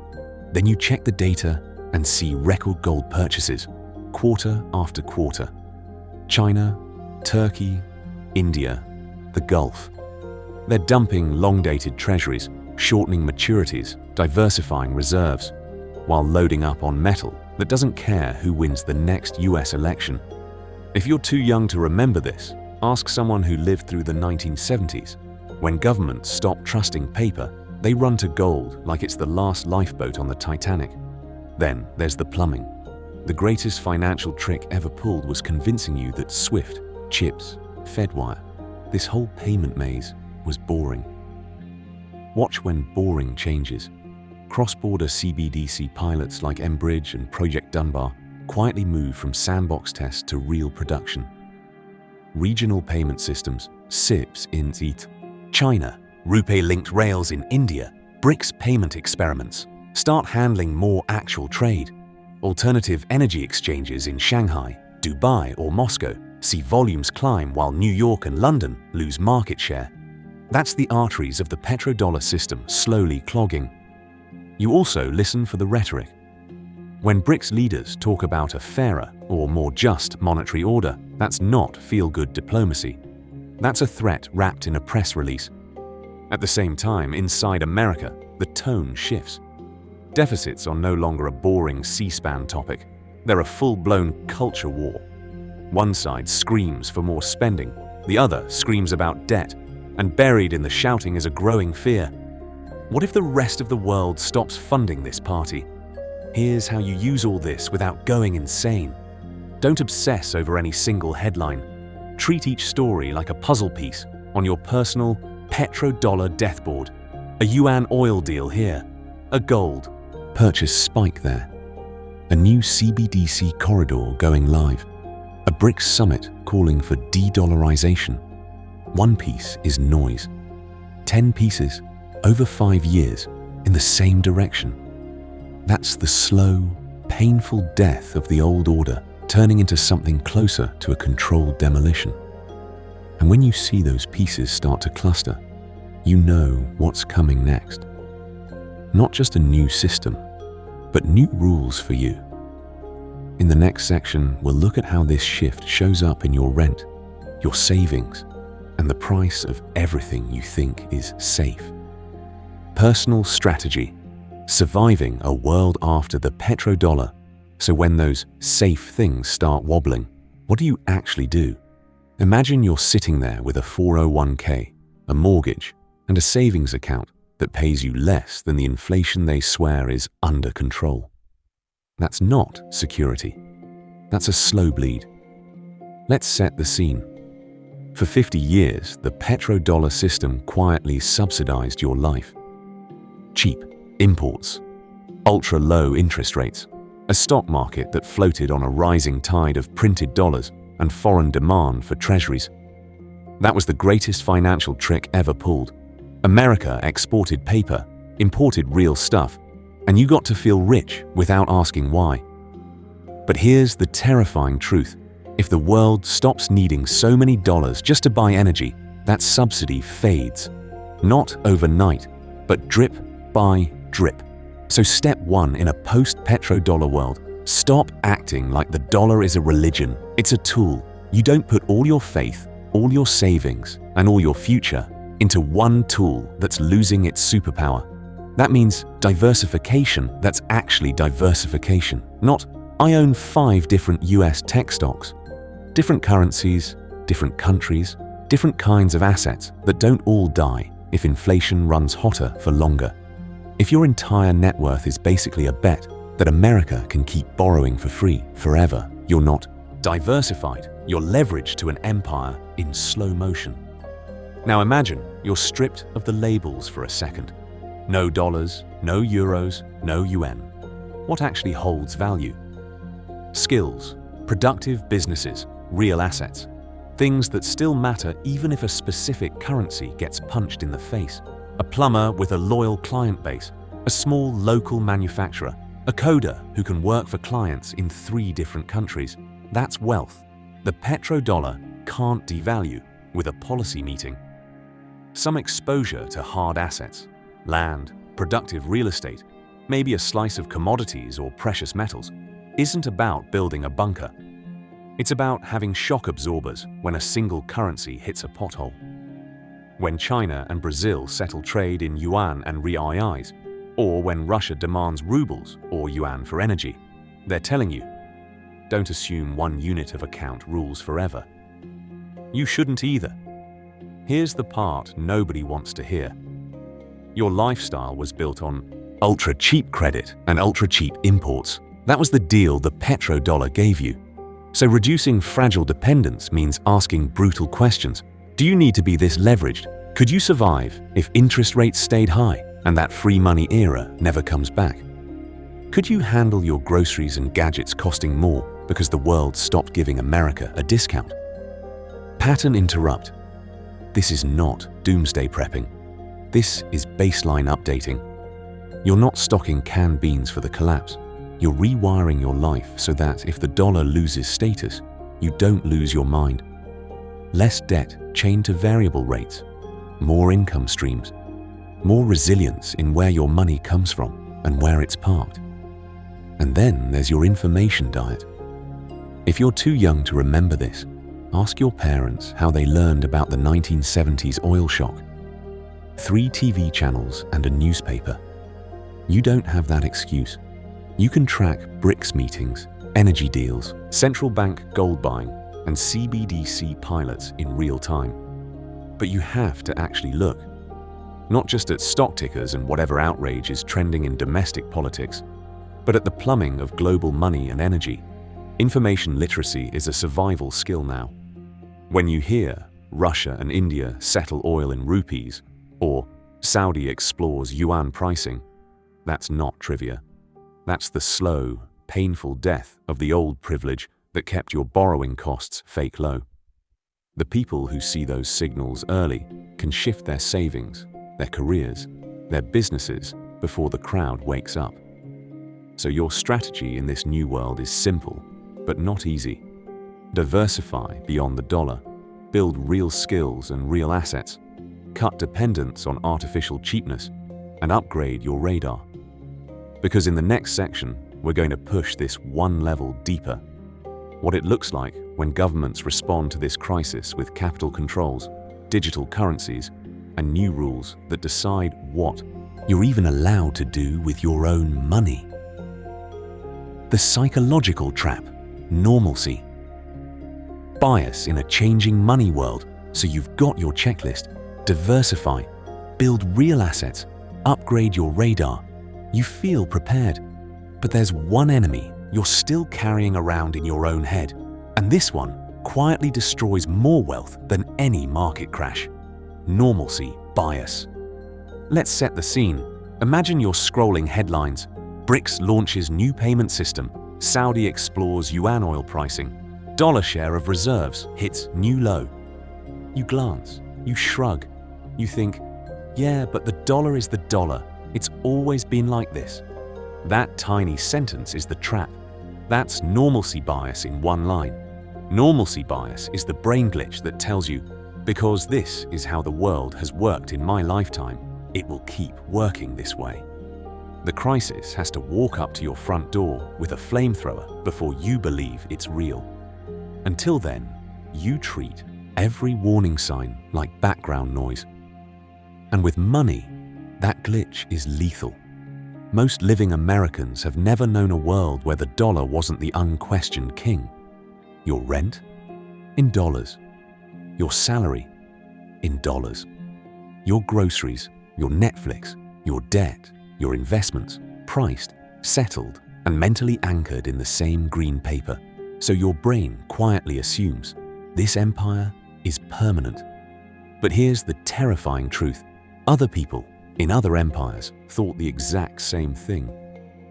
British citizens in 1913 thought the pound sterling was the financial North Star forever. London was the center of the world. The Royal Navy controlled the seas. British bonds were as good as gold. Then 2 world wars, a mountain of debt, and the rise of America turned that certainty into a history lesson. Go further back. Romans jingled coins stamped with emperors' faces. convinced those little metal discs would always be trusted. Then inflation, debasement, and the slow, painful death of imperial credibility turn those coins into scrap. If you're too young to remember this, you've still lived through a version of it in fast forward. Argentina, Turkey, Lebanon, all watching their money disintegrate while yesterday's "it can't happen here" turned into today's line at the ATM. Normalcy bias doesn't just make people wrong, it makes them late. They ignore the early fractures, like oil quietly being sold in yuan or central banks loading up on gold instead of treasuries. And then they panic only when the change is undeniable, when the dollar's slide is already baked into prices, interest rates, and wages. That's when people dump assets at the bottom, chase whatever's spiking, and lock in their own personal collapse. So you need to do something deeply uncomfortable. Mentally rehearse a world where the dollar is just one strong currency among several, not the sun everything orbits.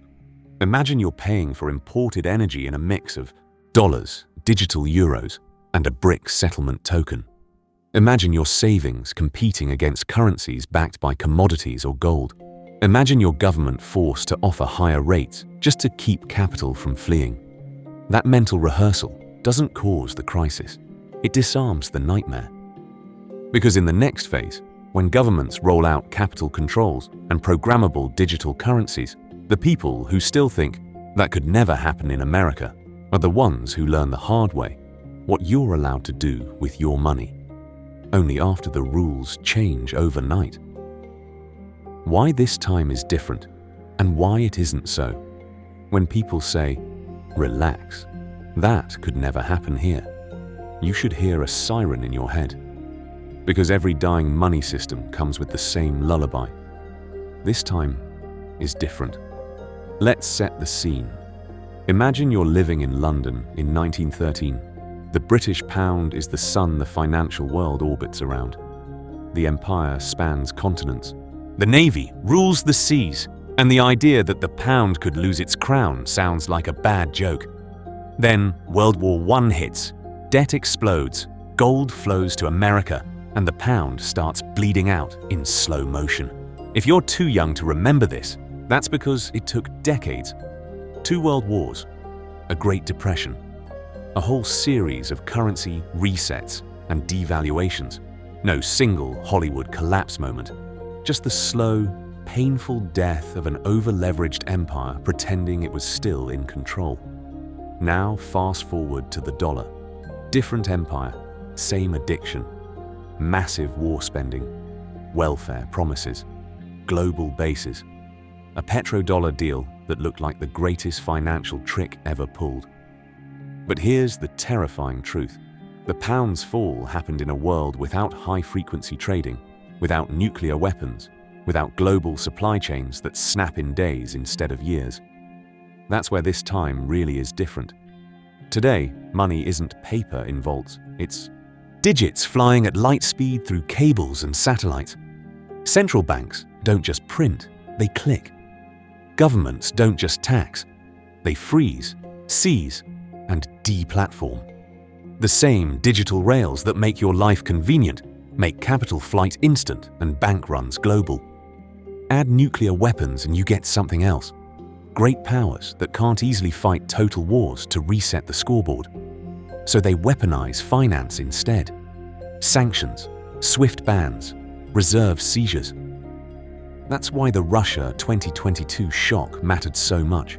It told every country on Earth, your dollar savings are not neutral, they're political.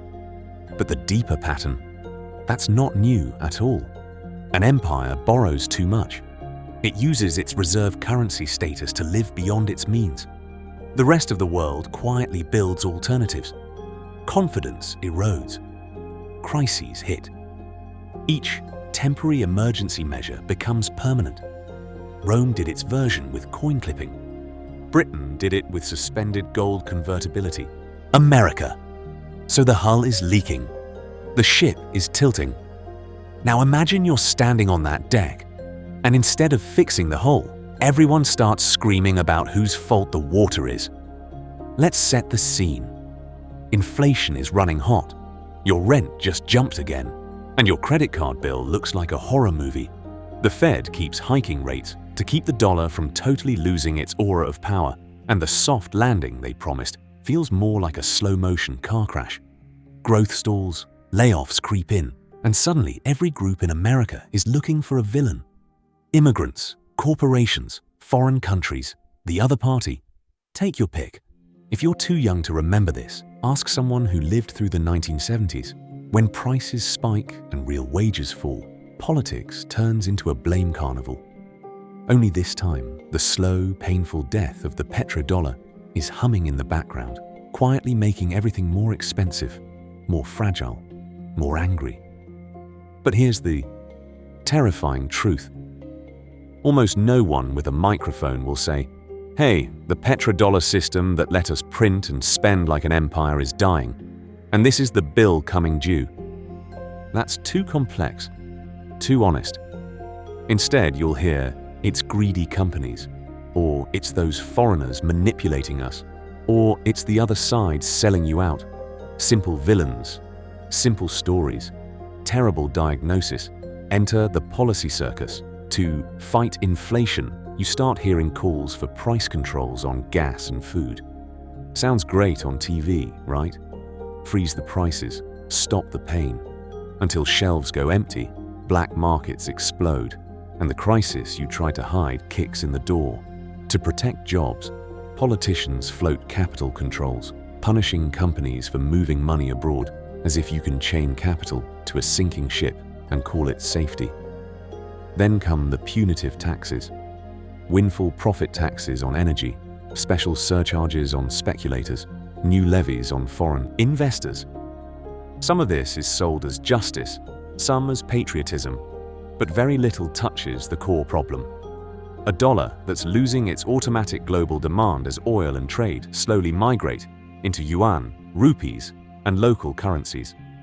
And while the domestic food fight rages, foreign policy gets weird.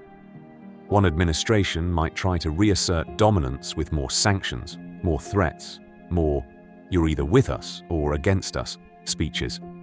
Another might launch flashy interventions or naval standoffs, less to win wars and more to distract from grocery bills back home.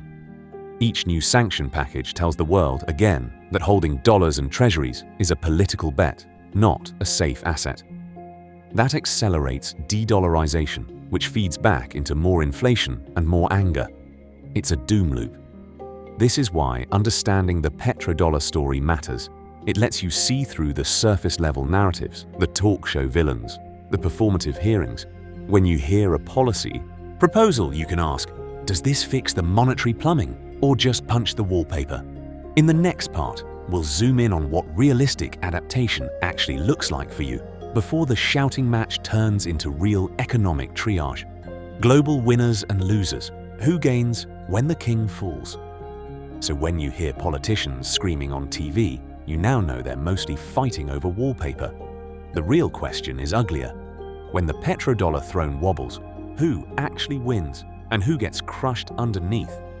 Let's set the scene. Imagine you're a big commodity exporter sitting on oil, gas, copper, wheat. You've kept your debts low, you sell to everyone, and you're already testing non-dollar payment channels.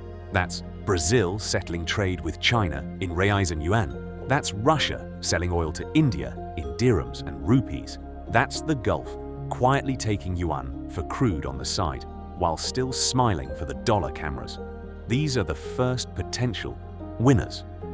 Not because they beat America in some Marvel movie showdown, but because they can play multiple empires against each other.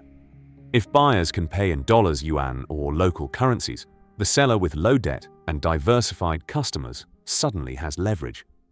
They're not trapped in one funding pipeline. They can say, "You want our barrels, our grain, our lithium? Fine, but you pay on our terms."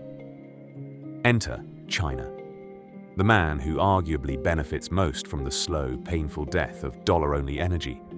China doesn't need to replace the dollar everywhere. It just needs to dominate its own neighborhood. It's already the largest oil importer. It has yuan oil futures in Shanghai. It's cutting deals with Saudi Arabia, Russia, Brazil, settling more trade in yuan and backing it with a quiet mountain of gold. That means more regional trade invoiced in Chinese currency, more loans from Chinese banks, more countries checking Beijing's mood before Washington's. If you're too young to remember this, ask anyone who lived through multiple IMF rescue packages. Emerging markets used to live and die by the Fed.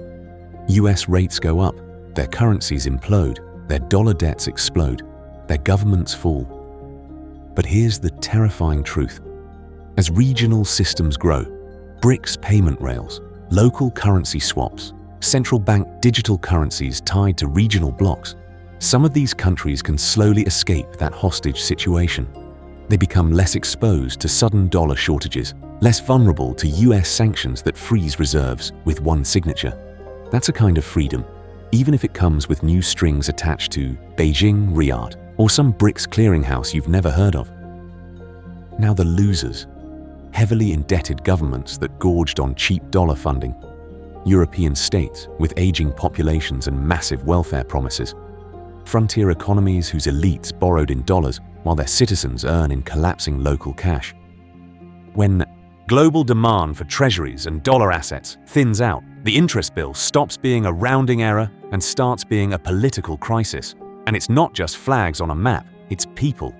The middle-class saver in Turkey or Argentina holding local bonds as inflation eats them alive.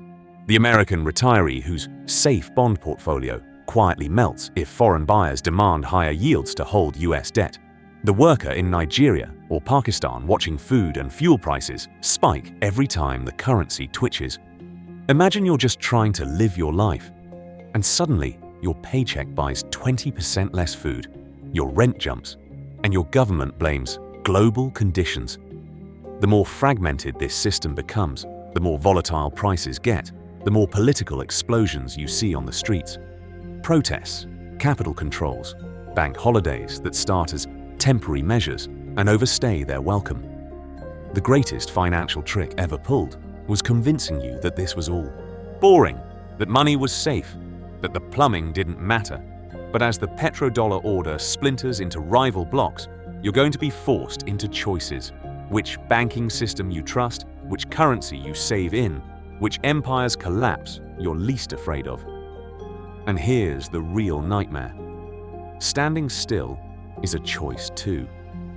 In the next part, we'll walk through how an ordinary person can build their own mini reserve system before the big players finish redrawing the map and send the bill to you. The hidden upside. Opportunities in a new monetary order. So if standing still is a choice, here's the twist. Chaos doesn't just destroy wealth, it redistributes it. Every collapsing empire creates a new class of winners. The only question is whether you're on the menu or at the table. Let's set the scene. Imagine you're in a world where oil is sold in yuan, gas is settled in rupees, and African copper is priced in a BRICS unit you've never even heard of. For most people, that sounds like a nightmare. For a tiny group who prepared early, it's the greatest financial trick ever pulled in reverse. The system finally stops siphoning from them and starts paying them. Transitions are messy. They break things. But they also open doors that were bolted shut for 50 years. When the petrodollar deal ruled everything, the game was simple. Export to America, earn dollars, buy treasuries, repeat. In a multipolar world, that loop snaps. New trade routes appear. New energy corridors get built. New financial instruments are engineered to move value between rival blocks without going through Washington's toll booth. Look at where the money is already flowing. Energy infrastructure, linking Russia to Asia. Ports and rail in Africa and the Middle East. Regional payment systems in Asia, Latin America, and the Gulf that settle in local currencies instead of defaulting to the dollar. Every new pipeline, every clearing system, every cross-border digital wallet is someone's cash flow for the next 30 years. And where there's new plumbing, there's new attack surface. That's a polite way of saying, if you know cybersecurity for financial networks, this is your gold rush. As sanctions, CBDCs, and parallel banking rails multiply, so do the incentives for hackers, states, and corporations to probe every weakness. The world is quietly bidding up anyone who can secure the new pipes of money and energy. There's also a softer form of power emerging: knowledge.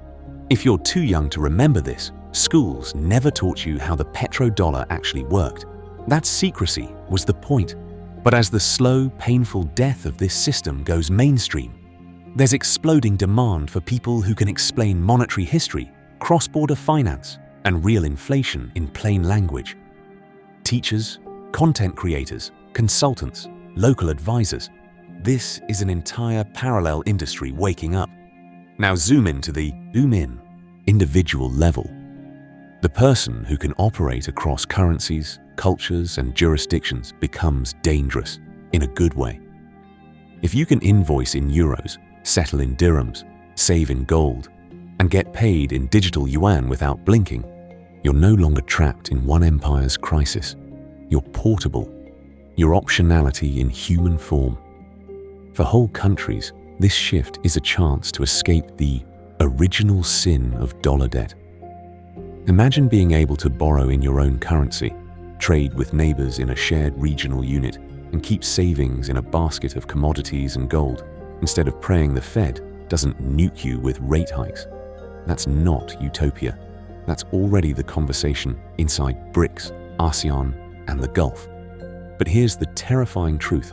Opportunity in a new monetary order doesn't wait for you to feel ready. It rewards the people who build systems, skills, and networks before the headlines admit the old deal is dead. In the next section, we'll take this from theory to tactics, how you can quietly reposition your savings, your career, and even your geography, so that when the map finishes redrawing, you're not crushed under it. You're standing on the fault line, getting paid, revisiting the opening nightmare. How close are we really?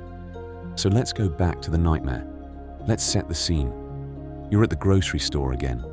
Fluorescent lights, half-empty shelves, people moving like they're in a disaster drill that no one announced. You swipe your card, or you hold out a $100 bill, and the cashier just shakes their head. We don't take that anymore. The dollar isn't money, it's junk mail.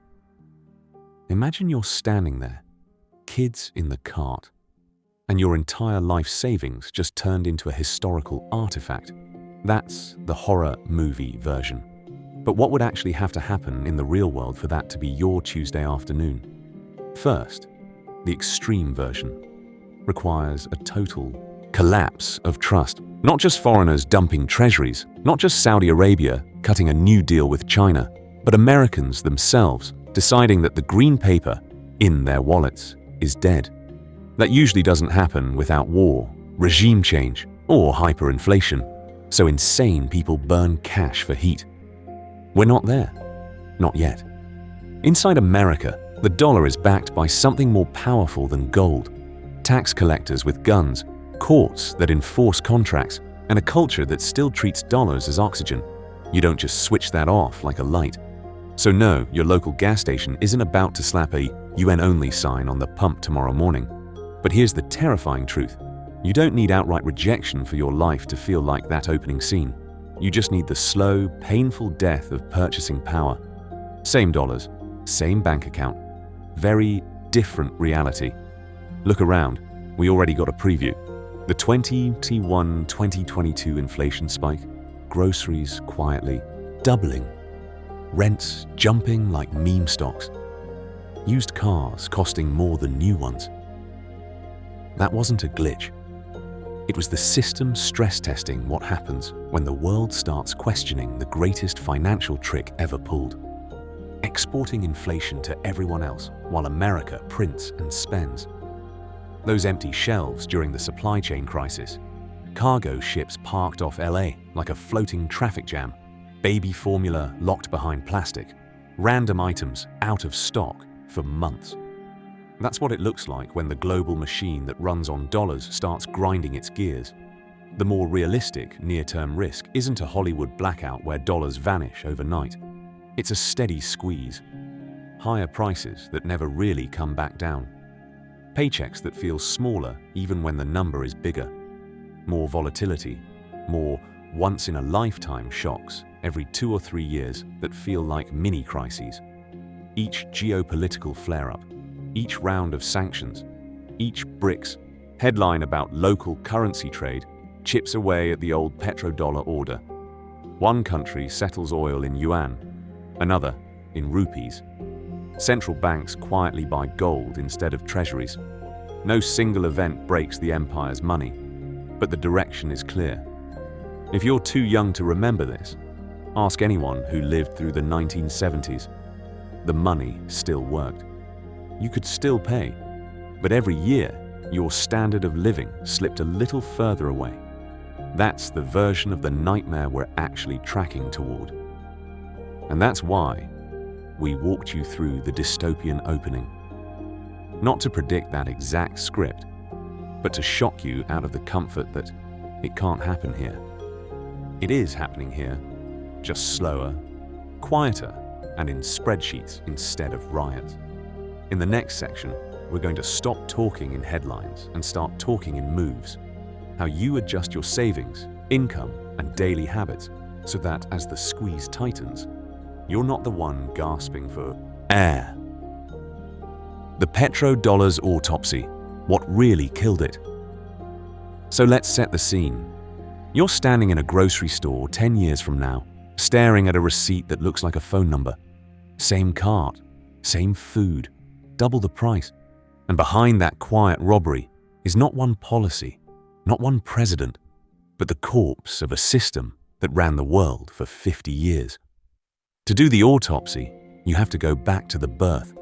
Imagine you're in the 1970s. The dollar is bleeding out after Nixon shuts the gold window. Inflation is ripping through America. Then the oil embargo hits. Gas lines, fistfights. The empire looks weak. Out of that crisis comes a secret deal. Washington and Riyadh agree that every barrel of Saudi oil will be priced in US dollars, and those dollars will be recycled into US treasuries. Oil replaces gold as the anchor. That was the greatest financial trick ever pulled. For decades, it worked. If France wanted oil, it needed dollars. If Japan wanted energy, it needed our dollars. The world exported real goods and labor to America, and America exported paper. As long as the US military guarded the oil lanes and the treasury market looked invincible, nobody dared to ask why. But here's the terrifying truth. The petrodollar didn't die in one dramatic assassination. It died from 1,000 small stab wounds. First, US overspending and exploding debt turned risk-free treasuries into a slow-motion grenade. Trillion-dollar deficits, decade after decade, told the world this party would never voluntarily end. Then came repeated financial crises: 1980s, 1997, 2000, 2008. Every time, the answer was the same. Print more, bail out more, promise more. Weaponized sanctions took the next chunk out. When the US and Europe froze Russian reserves in 2022 and cut banks from SWIFT, every finance minister on earth got the message: your dollars are not really yours. That shattered the core pillar of trust in US stewardship. If you're too young to remember this, ask anyone in an emerging market what it feels like when your savings depend on a foreign election. Enter China, the world's largest oil importer, building yuan oil contracts convertible into gold, wiring up BRICS trade in local currencies, and dangling CBDCs as a way to move value without touching New York. Suddenly, there are alternatives. Not perfect, but real. Every ruble for gas deal, every yuan for oil contract, every central bank buying gold instead of treasuries chips away at the idea that oil and the dollar are welded together forever. This is the slow, painful death of a regime built on two conditions that no longer exist: uncontested US power and a unipolar world. You're not watching a normal downturn, you're watching the end of a 50-year operating system. It is structural, it is permanent. The petrodollar in its original form is not coming back. So the real question isn't, will it die? It's, what replaces it? And how do you survive the transition? Because the next system is already being coded. And in the next section, we're going to talk about how you position your own money before that new code goes live. Your next moves. Thinking like a citizen of a post-petrodollar world. So the real question isn't, will it die? It's, what replaces it? And how do you survive the transition? Imagine you're standing in a grocery store 5 years from now. Same cart, same food, same paycheck. But the prices on the screen don't care about your nostalgia. They're moving like they're on fast forward, and your dollar looks like it's stuck in slow motion. That's what the slow, painful death of a reserve system feels like from the cereal aisle. Let's set the scene. For 50 years, you were trained to think like a citizen of one empire. Earn in dollars, save in dollars, invest in dollar assets. Simple, clean, rigged in your favor. But here's the terrifying truth. The world you're walking into doesn't care what passport you hold. It cares what you own, what you can produce, and who you can call when the system glitches. So your first move is identity. You are not just an American consumer or a German worker or an Indian investor. You are a node in a global network that is rebalancing away from one currency, one energy pipe, one center of power. The petrodollar was the greatest financial trick ever pulled because it made you think there was no alternative. Now, the spell is breaking. That means your mindset has to flip. Optimization was the religion of the petrodollar era.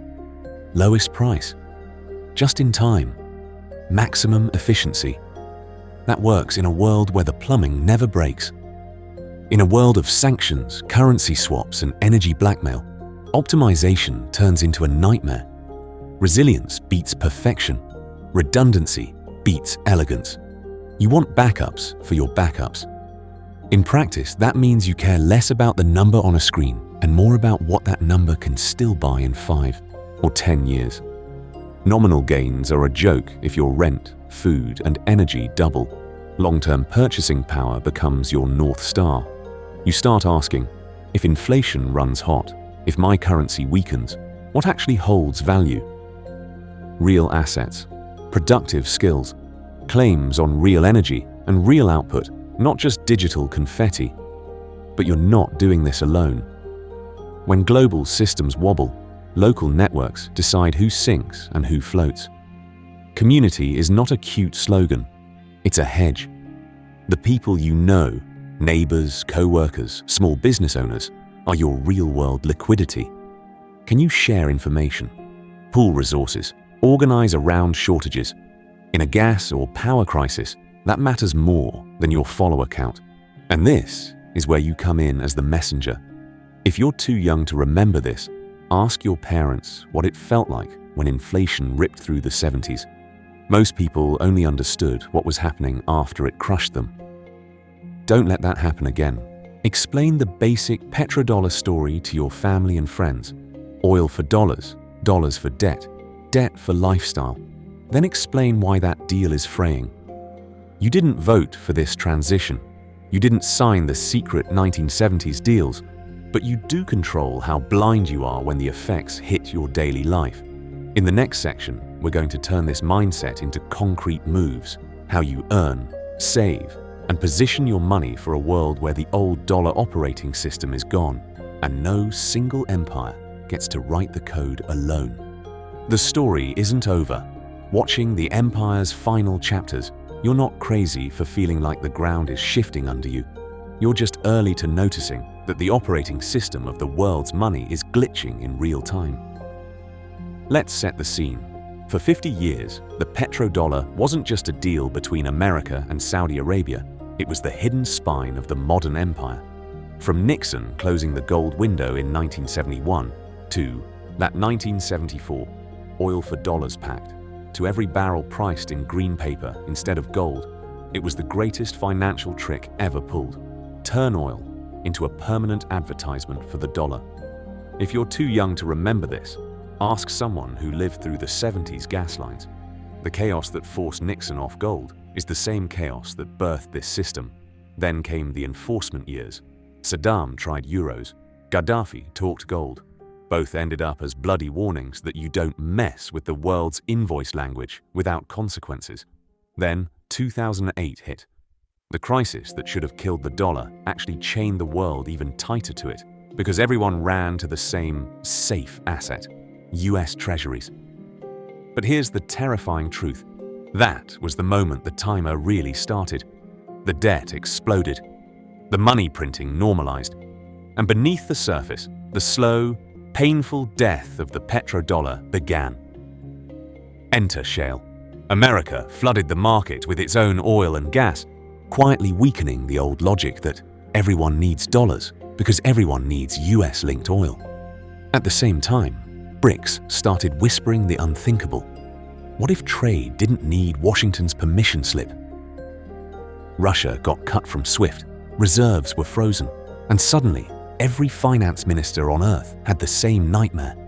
What if our savings can be turned off with a sanction? So they built workarounds. China launched yuan oil contracts, convertible into physical gold. India buys Russian crude in rupees and dirhams. Saudi Arabia flirts with petroleum headlines. Central banks hoard gold while talking about CBDCs like they're just convenient apps, not potential control panels for the next currency war. Here's the core truth you need to walk away with. The decline isn't theoretical, and it's not a story for the year 2300. It's already in motion, driven by debt, demographics, sanctions, and rising rivals. The timeline is years and decades, not centuries. Your lifetime, not your great-great-grandkids. Imagine you're reading a history textbook in 2050. This entire messy transition, Nixon, 1974, 2008, shale, BRICS, Russia, CBDCs, gets compressed into 3 tidy paragraphs and a chart. But living through it, it feels slow, confusing, like nothing happens, until everything happens at once. So treat this as an ongoing series, not a one-off crisis. Watch how BRICS talks about a shared unit. Track which countries settle oil outside the dollar. Pay attention when a new CBDC launches, or when another central bank quietly buys more gold. Because in the next chapters, we're going to dissect those pieces one by one, how a BRICS currency could blindside the dollar, how CBDCs might become the empire's last surveillance weapon, and how gold fits into the endgame. And the real question is, will you just watch the empire's final chapters, or will you rewrite your own script before the last page turns?